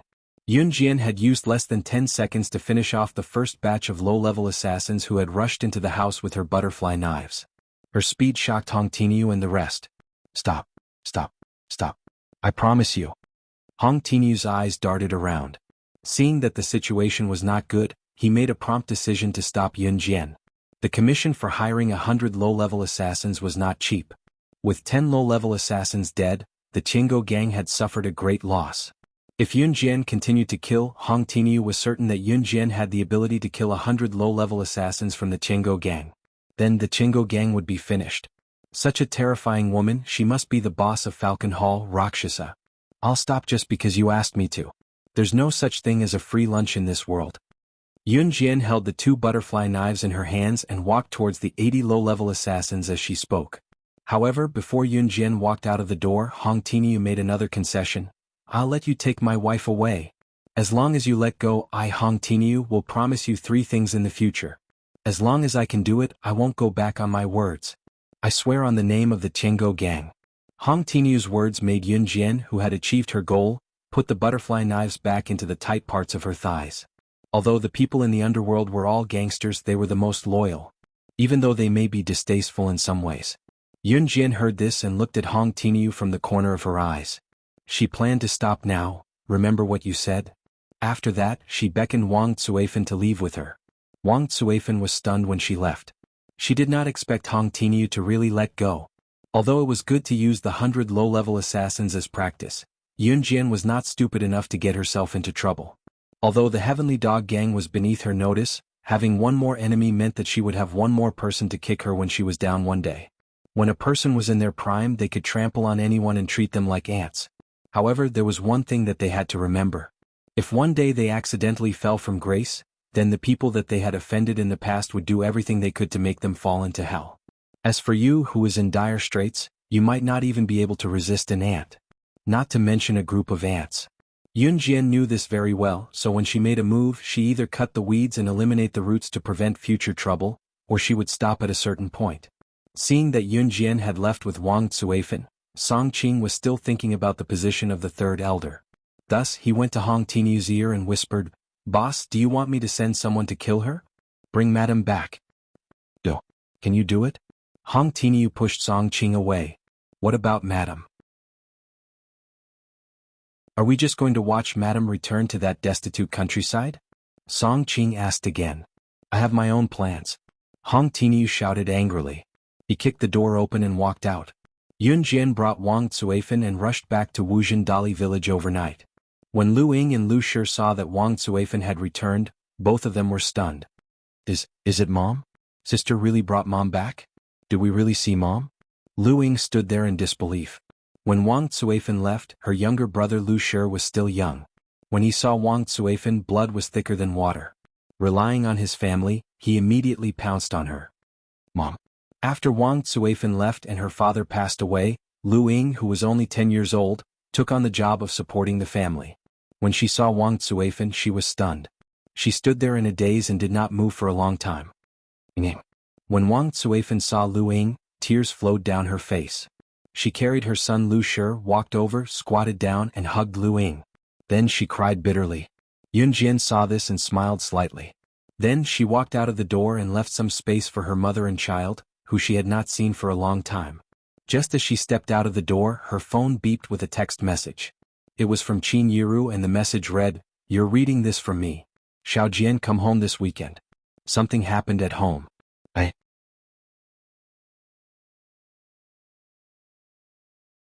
Chapter 2100. Qin Yiru did not mention what had happened in the message. Qin Yiru usually did not send messages. If she could send her a message, it meant that something must have happened at home. Yun Jian typed the word yes in the text message editing box on her phone and clicked send. Then she hid her phone in her trouser pocket and walked to the door. Mommy, it's Mommy. Mommy is really back. Ying is not dreaming, right? Sister said that Mommy would definitely come back. Sister did not lie to Ying. Lu Ying's trembling voice rang out. There was a trace of disbelief in her trembling voice, but she could not help but believe it. Even though Yun Jian was standing outside the door, she could feel the trembling that came from the depths of Lu Ying's soul. After her mother left and her father passed away, a teenager took on the responsibility of supporting the family. She had to take care of her sick grandmother and take care of her younger brother to and from school. She even had to work in the fields, raise chickens, ducks and sheep to support the family. This was indescribable for a child who was still 7 or 8 years away from adulthood. Many people went to university empty-handed and had to ask their parents for money to eat and drink well every day. And for a child from a poor mountain area, she did not even have the right to have a full childhood. After Wang Tsuifan and the two children cried and calmed down, they insisted that Yun Jian stay for a few days. However, Yun Jian insisted that she leave that night. Wang Tsuifan took the two children and sent Yun Jian on the mountain road for a few hours. She bowed and thanked Yun Jian as she sent Yun Jian out of Wuxia. She almost knelt down to Yun Jian. The moment Yun Jian left, Lu Ying looked at her and suddenly asked, "What's the matter? Sister, will you come again in the future?" Although she had only spent a few days with Yun Jian had found the most important mother in her life. To Lu Ying, Yun Jian was different. Maybe. Yun Jian did not give a definite answer. If Big Sister can't find me, I'll find Big Sister in the future. The teacher said that as long as I study hard, I can leave Wuxia and study in a big city. Sister, I will study hard. Lu Ying seemed to have made up her mind. She shouted at Yun Jian. Yes. Yun Jian nodded. Then she left Wuxia. The next morning was Friday. The weather on Friday was very hazy. Dark clouds covered the sky, and the wind was a little strong. After December, the weather was gradually approaching winter. In this kind of weather, it seemed as if it would drizzle at any time. In winter there was rarely thunder. Yun Jian wore a pure white down jacket, which made her complexion look just right. After checking the results of the martial arts club members' training in the morning, Yun Jian took the bus back to Longmen City. On the way back he returned with Liang Xiaomin. Liang Xiaomin, the daughter of a rich family, was ordered by her father to take the bus home in the future. Perhaps it was because she had gone to the poor mountainous area. Liang Xiaomin's spoiled temper was much toned down.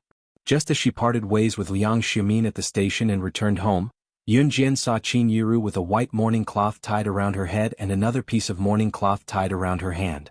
Yunyi was sitting beside her. Yunyi was dressed similarly to Qin Yiru, but the difference was that Yunyi had a white mourning dress draped over her. "Xiao Jian, you're back?" Qin Yiru asked tiredly when she saw Yun Jian. Mom, what's wrong?" Yun Jian asked. "Your grandmother passed away. She took a stab for your biological father," Qin Yiru explained. Wearing mourning clothes meant that someone in the family had passed away. Her grandmother was Lu Lanhua and her biological father was Yun Gang. Yun Jian did not feel anything when she heard that. Qin Yiru came over and told Yun Jian earnestly, even if she didn't treat us well, she shouldn't have passed away. No matter how bad she was to us when she was alive, it's reasonable for us to send her off. Xiao Yi and I went to the crematorium today and will bury her tomorrow. Xiao Jian, you should go too. She wasn't your biological grandmother, but we were born in the countryside. You'll be laughed at if you don't go. I.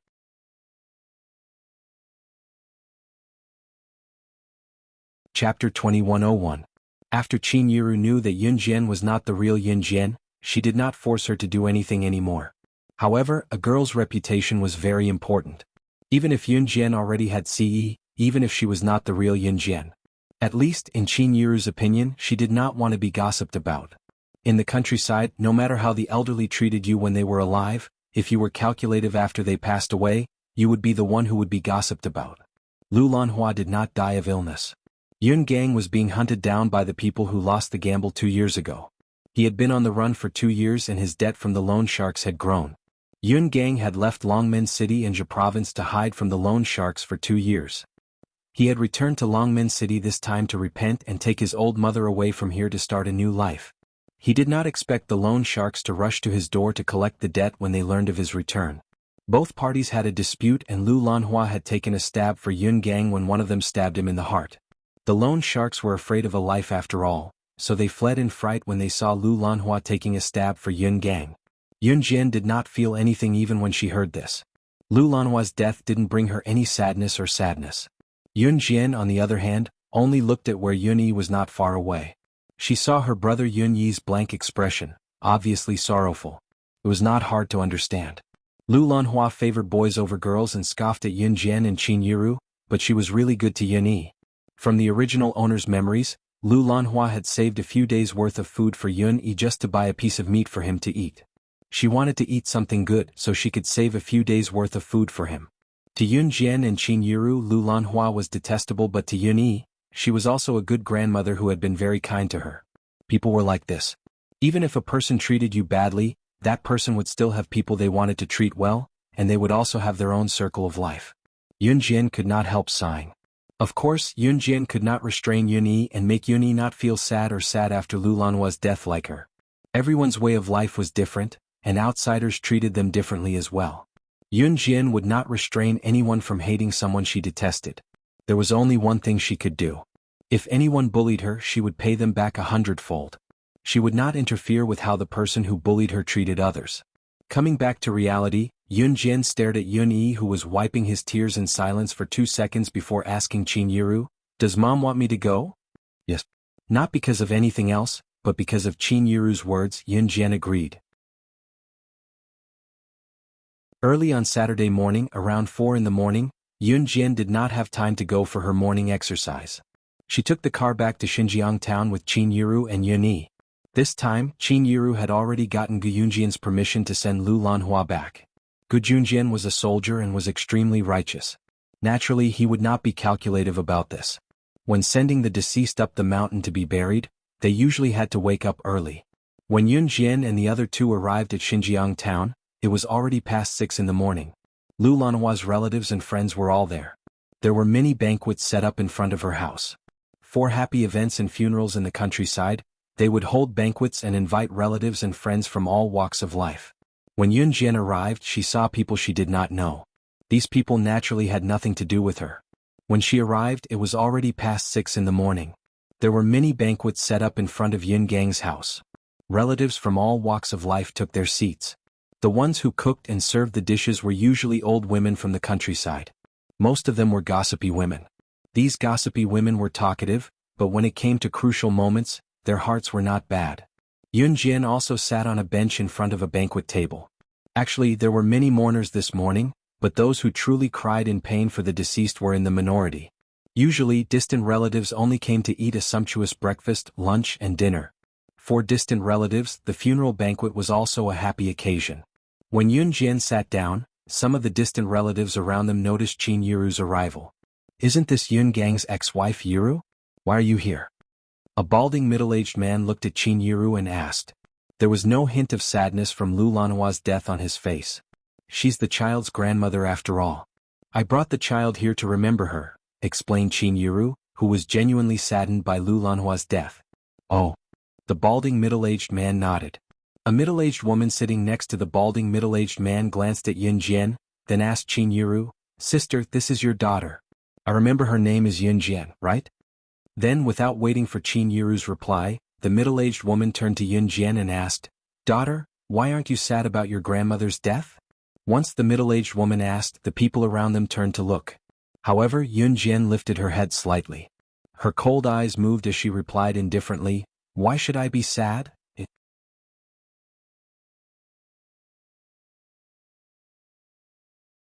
Chapter 2102. Yun Jian's words stunned everyone present. The middle-aged woman was also slightly taken aback. Then she said, "Isn't she your biological grandmother? Look at your brother, he's so sad that he can't eat. Everyone dies eventually. It's not a bad thing for her to be released early." Yun Jian interrupted the middle-aged woman and picked up her chopsticks to eat the breakfast on the table. Lu Lanhua was despicable, but Yun Jian wasn't worried or happy about her death. After Yun Gang borrowed money from the loan sharks, he ran away for 2 years. Yun Zheng was protected by Yun Jian, but those loan sharks didn't dare to mess with Yun Zheng, so they splashed chicken blood and released snakes to Lu Lanhua's house every day. Yun Jian had killed so many people. To be honest, even when her younger brother was brutally killed by Lang Sha in her previous life, she didn't feel such extreme despair. She only hated herself for not being strong enough. Perhaps she, Yun Jian, was a cold-blooded person. "Oh little girl, are you cursing your grandmother to die early?" This middle-aged woman was really trying to find a topic. After hearing Yun Jian's words, she immediately raised her voice and spoke loudly enough that everyone at the surrounding tables could hear her voice. Lu Lanhua's group of relatives and friends obviously didn't know Yun Jian's identity. They all thought that Yun Jian was just an ordinary young girl who went to school. "Mom, I'm quite sad about Grandaunt's death. This is her biological grandmother. If she's not sad, isn't she a little too inhumane?" A girl who looked about the same age as Yun Jian sat beside the middle-aged woman. The girl immediately spoke. The grandaunt that the girl was talking about was Lu Lanhua. Without a doubt, this middle-aged woman was the daughter of Lu Lanhua's biological sister, and the girl was the granddaughter of Lu Lanhua's biological sister. They were considered distant relatives. In fact, that was indeed the case. The girl's name was Hong Junhua. She was 17 years old this year and was in high school. This middle-aged woman's name was Chen Yilan. The bald middle-aged father and son were Hong Junhua's father, Hong Taishan. Yun Jian couldn't find anything related to Hong Junhua's distant relatives in the original owner's memories, but she did find something she heard from Qin Yiru. It was said that Lu Lanhua's sister's daughter, who was also Chen Yilan's husband, Hong Taishan, had set up a plastic processing factory a few years ago and made a small fortune. Then he expanded the plastic processing factory and made a big fortune. Now they had moved to a first-tier city to live. It was said that they had even bought a sports car, which was very high-end. It could be said that he bought a house in a big city, drove a sports car, and lived in a luxurious mansion. Just now, when Hong Taishan talked to Qin Yiru, it was because he wanted to show off in front of his relatives and friends that he had made a fortune. But if he wanted to show off, he had to find someone, right? Hong Taishan started a conversation with Qin Yiru. Of course, before he could finish, his wife, Chen Yilan, and daughter, Hong Junhua, interrupted him. Chen Yilan and Hong Junhua were feeling smug, thinking that their family had struck it rich. They had to take advantage of Lu Lanhua's funeral to show off and satisfy their vanity. Only Yun Jian, Qin Yiru, and a few others were sitting with them, so they naturally found a topic to talk about. People from the countryside were most afraid of being bad-mouthed, especially when a girl's reputation was the most important. At least, Qin Yiru cared a lot about it. It couldn't be helped if she was called old-fashioned. Being born in the countryside, her character was nurtured. Hearing Hong Junhua talk about her daughter like that, Qin Yiru could not help standing up and speaking up. Moreover, there were many gossipy women sitting around them. "My Xiao Jian isn't that kind of person. She's quite kind. Then she's inhumane. She doesn't know how to be sad when her grandmother passes away." Hong Junhua cut her off with the tone she used in school, which she used to speak in a foreign tone to her classmates. As she spoke, Hong Junhua was smug, thinking that she was different from the country bumpkins around her. She went to a high school in a big city. What she said was not on the same level as the country bumpkins around her. Just as Hong Junhua finished her smug declaration, Yun Jian had the last mouthful of porridge and put the bowl down.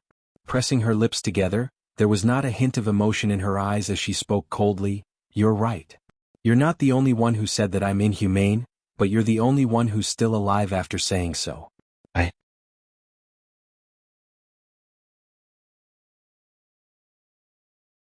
Chapter 2114.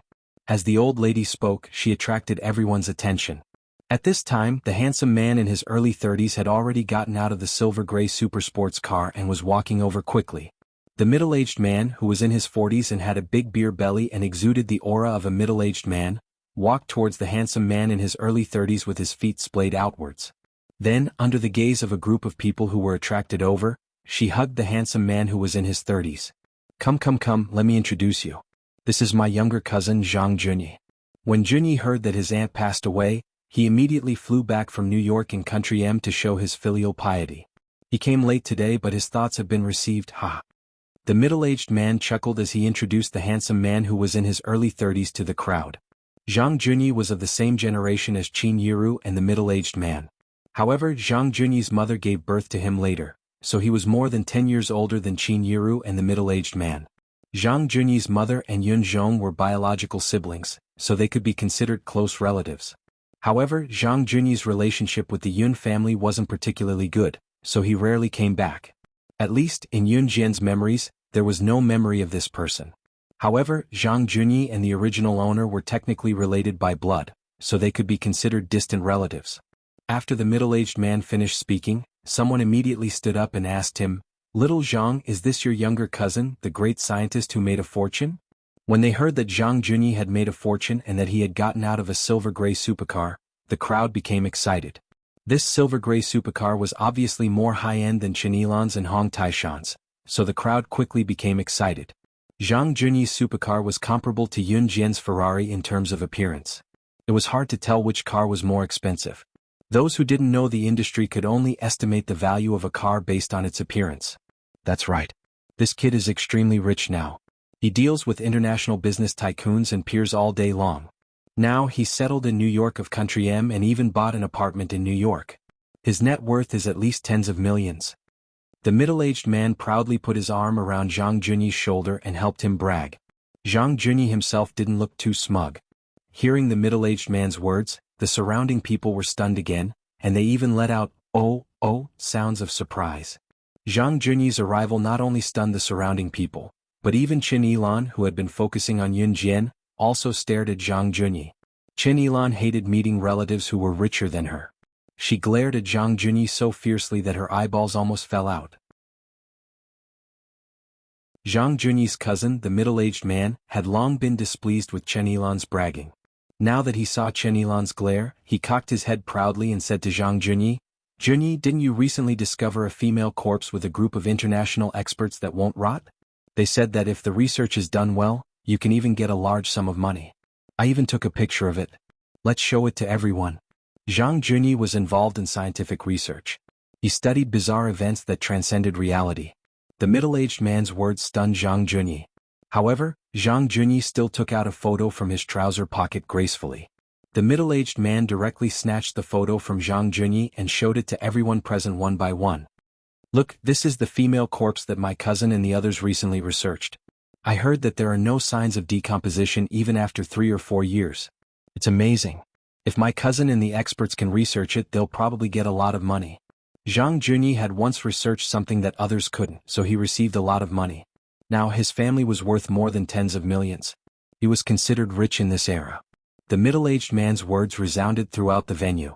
Hearing this, Zhang Junyi's eyes darkened and he explained, "We haven't started researching this female corpse yet." Before Zhang Junyi could finish, the middle-aged man showed off the photo in front of everyone. The moment the photo flashed before Yun Jian's eyes, Yun Jian only glanced at it unintentionally. In the photo was a 16-year-old girl. The girl was wearing a light leather jacket and a pair of tight leather pants.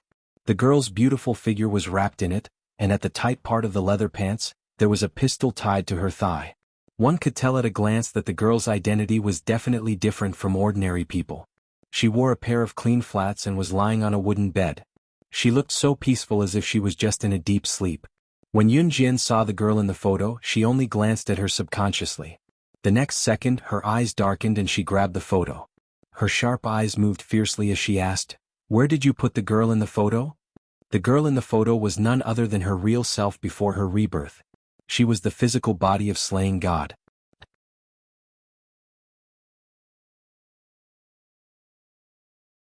Chapter 21:15. Yun Jian had sent people to look for her physical body more than once, but it was as if she had disappeared from the world in her previous life. There was no news of her at all. Who would have thought that they would find her body in her previous life here? Zhang Junyi was an international scientific researcher. Although he was only in his 30s, Zhang Junyi's grades were quite good when he was in school. Later he was recommended to study abroad and he slowly climbed to where he was today. Moreover, he was considered young and promising in this group of people. He was only in his early 30s, but Zhang Junyi had already researched many things that others could not research in their lifetime. In the field of scientific research, if you researched or discovered something new that had a huge impact on a country or even the whole world, then the reward for such a discovery would be enough to provide for you for the rest of your life. Of course, only outstanding people could research or discover new things. Zhang Junyi's brain allowed him to discover many things, and that was how he became rich. Therefore, Zhang Junyi's relatives and friends respectfully called him a great scientist. As for the female corpse in the photo, it was found by someone. When it was found, the female corpse was still lying quietly on the ground. Her cheeks were rosy, and her skin was glossy and elastic. She looked as if she was just in a deep sleep. The person who found the corpse called the female corpse a few times, but there was no response. Therefore he reached out to check if the female corpse was breathing. In the end he found that the female corpse was already dead. He was so scared that he quickly called the police. When the person who performed the autopsy came over, he was surprised to find that the female corpse had not decomposed even though she had been dead for 3 to 4 years. Other than the fact that her heart and brain had stopped working, there were no signs of death at all. Normal corpses would start to decompose in less than half a month after death. However, this female corpse had been dead for 3 to 4 years, and there were no signs of decomposition at all. Moreover, the female corpse was not sealed in a huge instrument that would not decompose. In other words, this was a rather bizarre incident. Therefore, in order to ensure the integrity of the corpse, the experts placed the corpse in a tomb that had just been excavated not long ago and guarded it closely. They also prepared to let the researchers gradually study the female corpse in detail in the near future. Ever since the female corpse was found, it had not been studied yet. When Zhang Junyi's cousin found out about this, the middle-aged man wanted to use this matter to show off in front of his relatives and friends. He instantly mentioned that if this research was successful, his cousin would really make a fortune. Therefore, the middle-aged man boasted in front of everyone. After all, they were surrounded by a group of ignorant country bumpkins. It would be best if they were shocked by his boasting. What the middle-aged man did not expect, however, was that Yun Jian would snatch the photo from him and ask where the person in the photo was placed when he was bragging about it. The middle-aged man was stunned. He reached out to grab the photo from Yun Jian's hand and muttered, "Little girl, what do you know? This is a place that only researchers can enter. Only great scientists like my cousin can enter.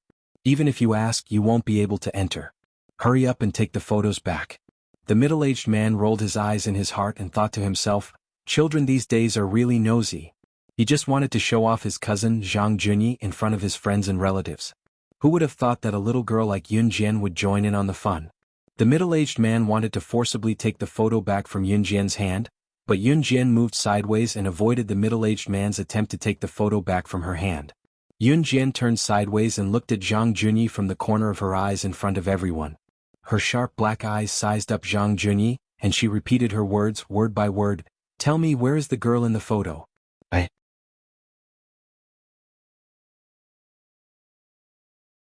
Chapter 21:16. Looking at Yun Jian's focused gaze, the people around them blinked. Qing Yuru was serving the dishes while Yun Yi and Qing Yu were not around. Zhang Junyi, who received Yun Jian's gaze, could not help turning to study Yun Jian. This girl's gaze was so sharp.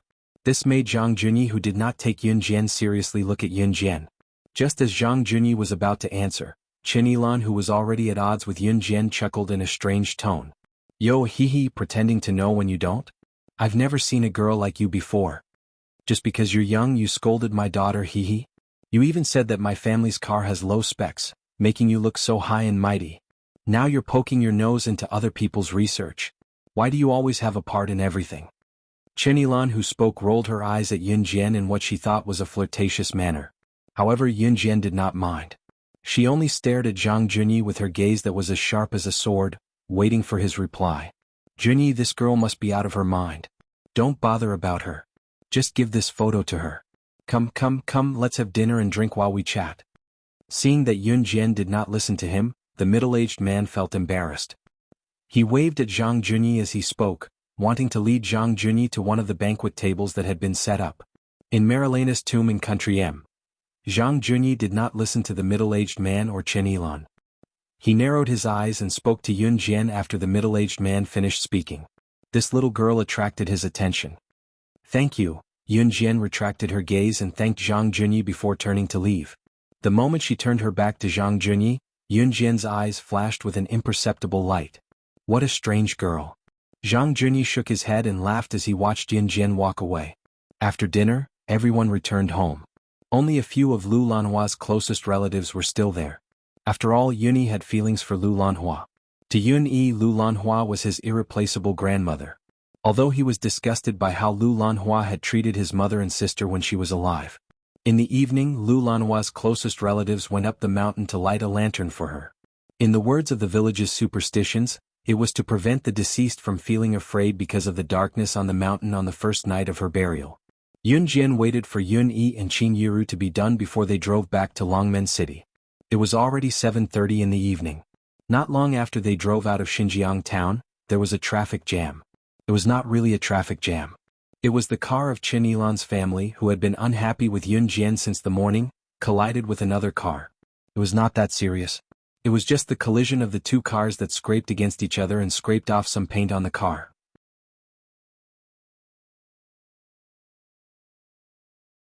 The driver of the car coming from the opposite direction said that he had collided with Chen Yilan's family's car and that both parties were responsible, so he did not call the police and settled the matter in private. The driver was in a hurry to leave because he had something urgent to attend to. In the end, Chen Yilan blocked the road like a shrew, demanding the driver to take full responsibility and compensate for her emotional distress.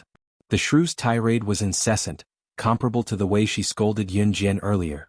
Chen Yilan even parked her family's car in the middle of the road, saying that if the driver did not take full responsibility and compensate for her emotional distress, no one should drive on this road. Her shameless behavior made the driver frown. Chen Yilan left late today as well, but she had been stuck here for half an hour already. Just as the driver was rushing for time, thinking that he would just pay for the shrew he met today, he suddenly saw Yun Jian alighting from a Ferrari sports car. The moment he saw Yun Jian, the driver's eyes shone. He even abandoned his car and stumbled toward Yun Jian in front of Chen Yilan and everyone else. "S New Cruise's director. I heard that you went back to your hometown, so I came looking for you." "Hello. I'm Su Wenjiang, Xingdi's director."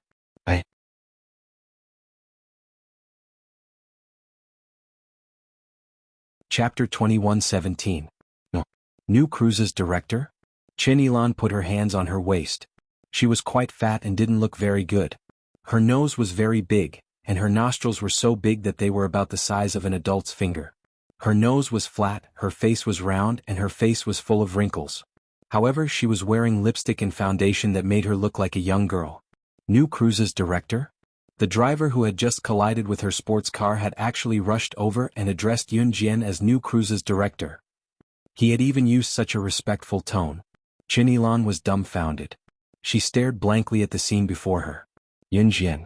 This girl who was about the same age as her daughter, Hong Junhua, and whom she had not treated with respect before, was actually the internationally renowned director of New Cruise. That was impossible. Moreover, the driver she had just argued with was once the director of the largest car marketing company in Country Z, Saint Disco. New Cruise and Saint Disco were both renowned car marketing companies in Country Z. Before New Cruise, Saint Disco was once the largest car marketing company in Country Z. Now, not only had New Cruise taken away Saint Disco's title as the largest car marketing company in Country Z, it had even stepped onto the international platform before Saint Disco. Of course, even with New Cruise, Saint Disco's reputation was not something that Chen Yilan and the rest, who had started their business in plastic processing and had some savings, could compete with. To make an analogy, it was like the difference between an ant and an elephant. Chen Yilan's face was as white as a sheet. Her body froze instantly like a puppet whose strings had been cut. She was stunned on the spot. Just as Chen Yilan's face was as white as a sheet, Saint Disco's director, Su Wenjiang, spoke to Yun Jian respectfully and carefully. New Cruise's director, it's like this. Ever since New Cruise stepped onto the international platform, Saint Disco's monthly car sales have been on a downward trend. If this continues, Saint Disco won't be able to continue operating at a loss. Look at you. You're so young and yet you've managed to get to where you are today. I'm truly amazed by your capabilities. Since we're in the same industry, can you give Saint Disco some leeway? The CEO of Xingdi, Su Wenxiang, spoke carefully to Yun Jian. It was obvious that Su Wenxiang's Xingdi had always been New Cruise's competitor. Now that New Cruise had entered the international market, the first big car company that the citizens in the country chose to buy cars was New Cruise. The main reason was that not only was New Cruise's prices affordable, but the car salesman service was top-notch as well. If word of this brand got out, they could even flaunt their wealth. Under such circumstances, Su Wenxiang's Xingdi company's sales were declining day by day. Today, Su Wenxiang's Xingdi company could no longer operate its funds. If this continued, it was very likely that it would face bankruptcy. Left with no choice, Su Wenxiang heard that New Cruise's director would be coming to Xinjiang town today, so he drove there without stopping to rest. Since he heard that the director of New Cruise was a young lady, Su Wenxiang had rushed over to see if he could get some sympathy from the director of New Cruise to spare them. After all, she was a young girl. Not to mention that she was a girl, she didn't have much life experience and was very easy to fool. Perhaps if he said a few more words she would agree? As long as she spared his Xingdi company, it would only be a matter of time before he made a comeback and toppled New Cruise. In ancient times, there was a case of the king of Yu, Go Jian, gifting a beauty to the king of Wu, Fu Chai. In the end, he endured the humiliation and destroyed the Wu kingdom. As long as he could fool this young lady into sparing him today, he wouldn't have to worry about Xingdi not being able to topple New Cruise in the future. He, Su Wenxiang, refused to accept that his once largest car company in Country Z had been snatched away by a young lady who had just come of age. However, just as Su Wenxiang thought that Yun Jian would agree, Yun Jian tilted her head to look at Su Wenxiang and denied it. No. Su Wenxiang was stunned as he thought that as a girl, Yun Jian would be too embarrassed to reject him. By then Yun Jian had one foot in her red Ferrari sports car. Before she closed the door, she glanced at Su Wenxiang from the corner of her eyes and left him with a merciless remark. Perhaps after your company goes bankrupt, I can be merciful and buy your company at a high price.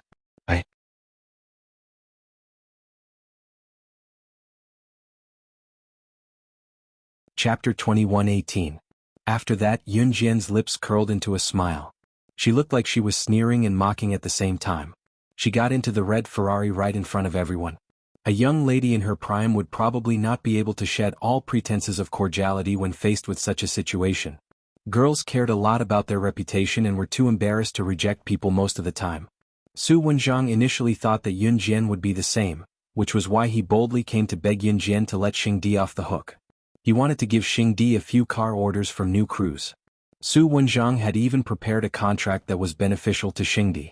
As long as he tricked Yun Jian into signing and stamping on the contract, it would be legally binding. Then, even if New Cruise did not want to admit it, they would still have to split half of the sales with him.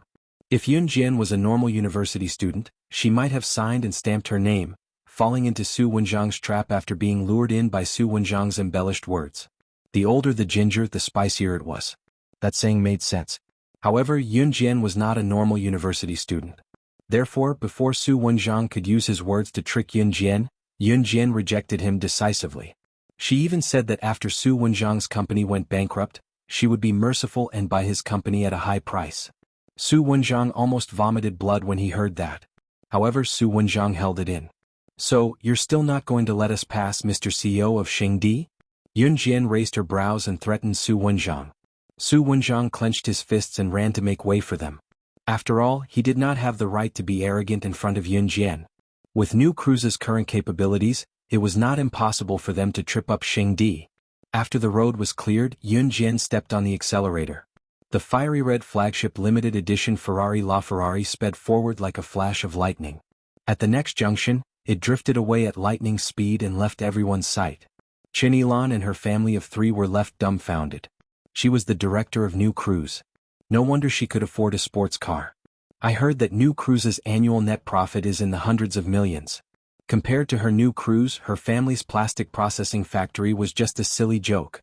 It was already 9:30 p.m. when they returned home to Longmen City.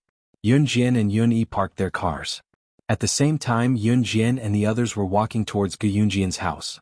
Before they reached Gu Yunjian's house, a few figures suddenly walked out from the side. Chen Sini giggled and skipped over with a red veil in her hand.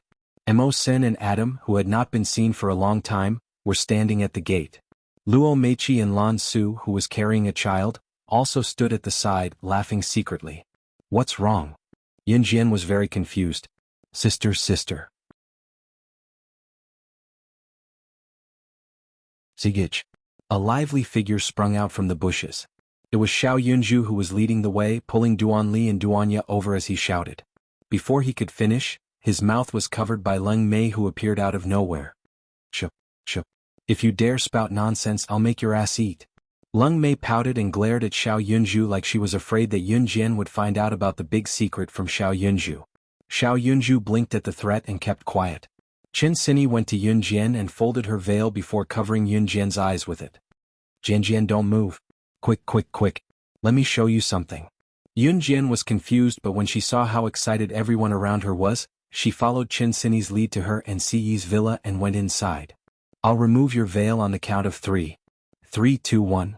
As she spoke, Qin Sini removed the veil that covered Yun Jian's eyes. What caught Yun Jian's eyes were the roses that were strewn all over the floor under the orange light of the house. From the living room to the stairs, from the stairs to the upper floor, the kitchen, the balcony, and everything else were covered with roses. The roses were arranged in various heart shapes, and there was a wide variety of them. It was impossible to create such a lineup without spending days and nights. Inside the house, there was a total of 99,999 roses, which covered the entire villa. Yun Jian sucked in a breath and was stunned for a moment. Before Yun Jian could figure out what was going on, a slender figure flashed from the side and a handsome face appeared before her. Her hand was raised by the person who came, and a silver ring that shone under the orange light was put on her right ring finger. Then, Ce, who had never knelt to anyone before, knelt down on one knee in front of Yun Jian, right in front of everyone. Looking at Yun Jian sincerely, his thin lips moved as he spoke in a domineering tone that did not allow her to refute. Xiao Jian, marry me.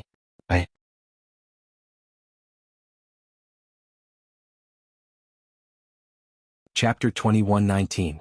There was a hint of anticipation on Siyi's chiseled face. After he put the ring on Yun Jian's right ring finger domineeringly, he knelt down on one knee in front of Yun Jian in front of everyone. Qin Sini, Lan Su, Luo Mei, Leng Mei, and Qing Yu almost clapped and cheered at his action. Mo Sen, Adam, and Zhang Xiaofeng, Ling Yichen, and a few other men who were present with Qin Sini were not as enthusiastic as the women, but all of them had meaningful looks on their faces. This chapter is not authorized and cannot be read in green at the moment. If you support the author, please go to the official website to pay for your reading.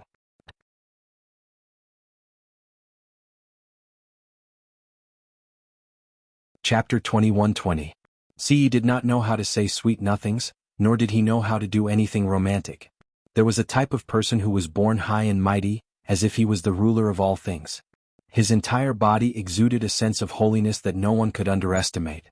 Even if he did things that were no different from ordinary people, his nobility made him stand out from the masses. Obviously, Ce was such a person. He had always been high and mighty and even disdained to speak to others. This chapter is not authorized and cannot be read in green for the time being. If you support the author, please go to the official website to pay for reading.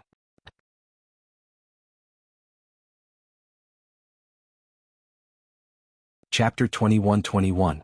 After taking off her clothes, Ce went straight into Yun Jian's room. Inside the room the night was long. Just waiting for him to lift that mysterious veil, and see behind that veil of enchantment, and sink into depravity. After leaving Yun Jian and Siyi's house, Qin Sini was sent home by Zhang Xiaofeng and Ling Yichen. Mo Sen also took Luo Berry away. Adam took the little boy, Zhou Yiran, from Lan Su's arms. However, before he could do so, Zhou Yiran hugged Lan Su tightly and glared fiercely at Adam, refusing to let him carry him. You're being fierce with me? Be fierce again and I'll throw you into space. Zhou Yiran pouted and glared fiercely at him, his little hand clutching Lan Su's clothes tightly. That little hand faintly touched Lan Su's chest. Adam's jealousy surged and he roared at Zhou Yiran, the little fellow.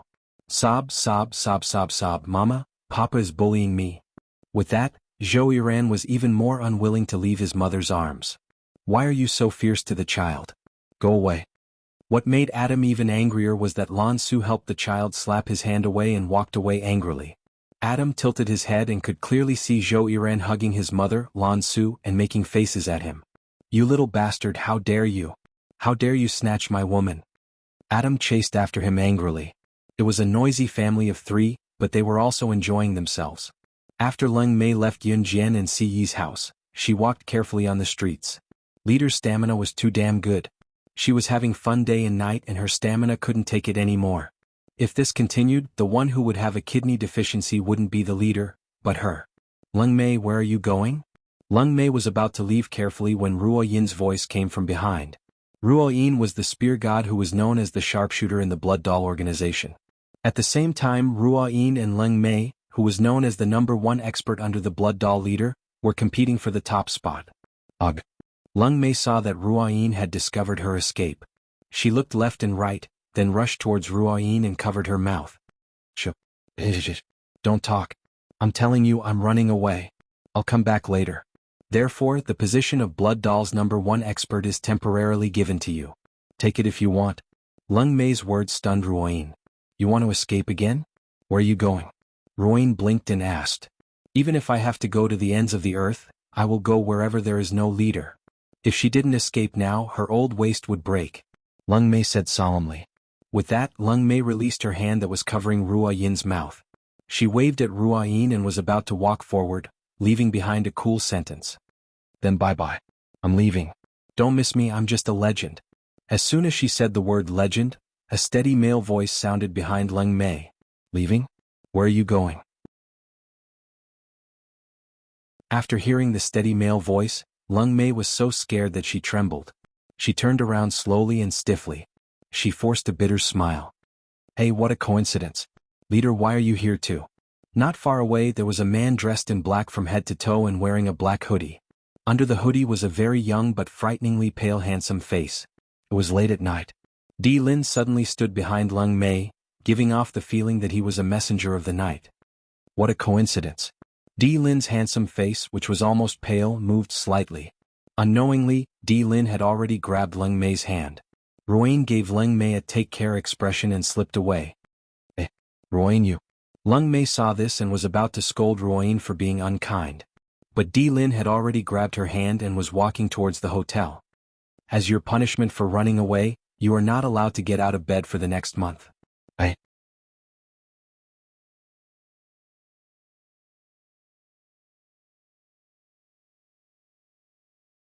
Chapter 21-22. Leng Mei rolled her eyes when she heard what Di Lin said.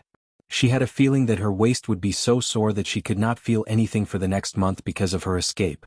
God, she did not want that. The next morning Yun Jian woke up sprawled on Si Yi's chest. She was not in a hurry to put on her clothes when she woke up but automatically wrapped her arms around his chest with her eyes closed. Si Yi had actually woken up a long time ago. When he felt his Yun Jian sleeping so soundly with her arms wrapped around his chest, he did not move, afraid that he would disturb her sleep. They slept until 8 in the morning and Yun Jian did not even go for her morning run. When they woke up it was just in time for breakfast.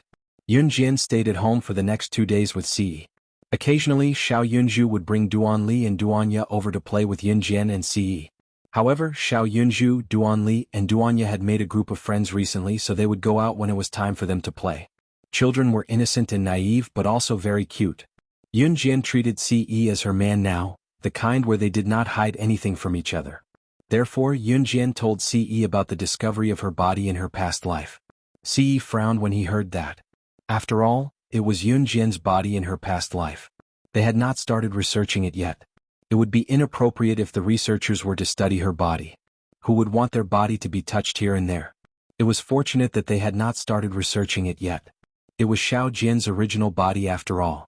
I'll send someone to get her back, Si Yi said. No, I'll do it myself. I won't publicize it if I can, Yun Jian said. Si Yi would never reject Yun Jian's decision. After staying at home with Si Yi for 2 days, Si Yi returned to an Hun organization while Yun Jian returned to the University of Rivertown.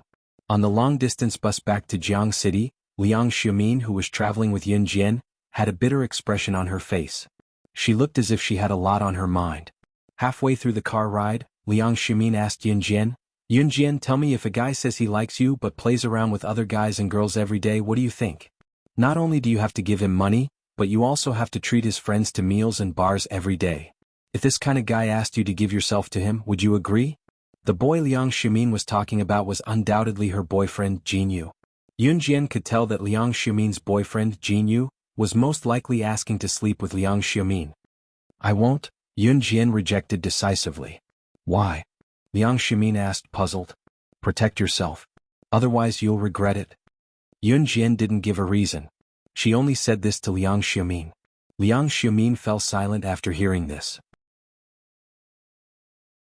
At that time, Liang Xiaomin had never thought that her life would change because of Yun Jian's words. After Yun Jian returned to school, she went back to her normal life. In the past few days, the most sensational news was that the most handsome guy in Dongfang University, who had displayed 99 roses and a heart to Yun Jian, had his legs crippled by an unknown person. He even had difficulty walking in the future. Needless to say, this was definitely done by CE. However, this wasn't within the scope of Yun Jian's consideration. At this moment, Yun Jian was planning to apply for leave to go to Marilena's tomb in Country M in a few days' time. However, plans could never keep up with changes. On this day, Yun Jian and Zhu Huili arrived at the classroom very early and saw that their classmates were already there. A few of them were holding a newspaper and making a big fuss. Seeing that Yun Jian had arrived, the classmates were still talking among themselves. One of the students was holding a newspaper at this moment and cried out in surprise, Mr. Zhang. Oh my God. Shocking. Shocking. I heard that something big happened internationally. The top secret agent on the international secret agent ranking, the infamous slaying god, is dead. Her body is in Marilena's tomb in Country M. I heard that she's been dead for a long time, but her body hasn't decomposed yet. Now that countless international bosses have heard the news, they've formed teams to snatch her away.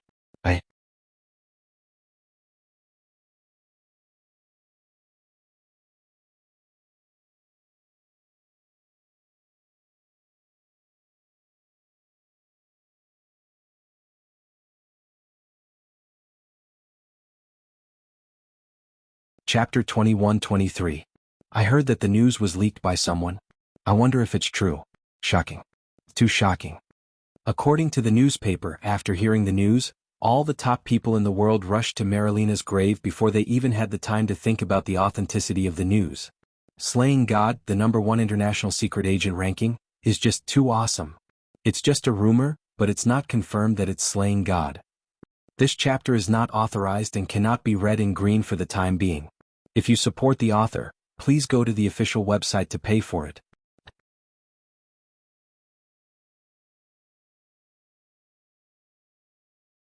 Chapter 21-24. The male student's words successfully attracted Yun Jian's attention. Yun Jian stopped in her tracks. Hee, I knew you'd be interested in this. Seeing how you usually don't care about ordinary things, I knew you'd be especially interested in some strange things. The male student walked towards Yun Jian. As he walked, he even snapped his fingers and pretended to be quite handsome.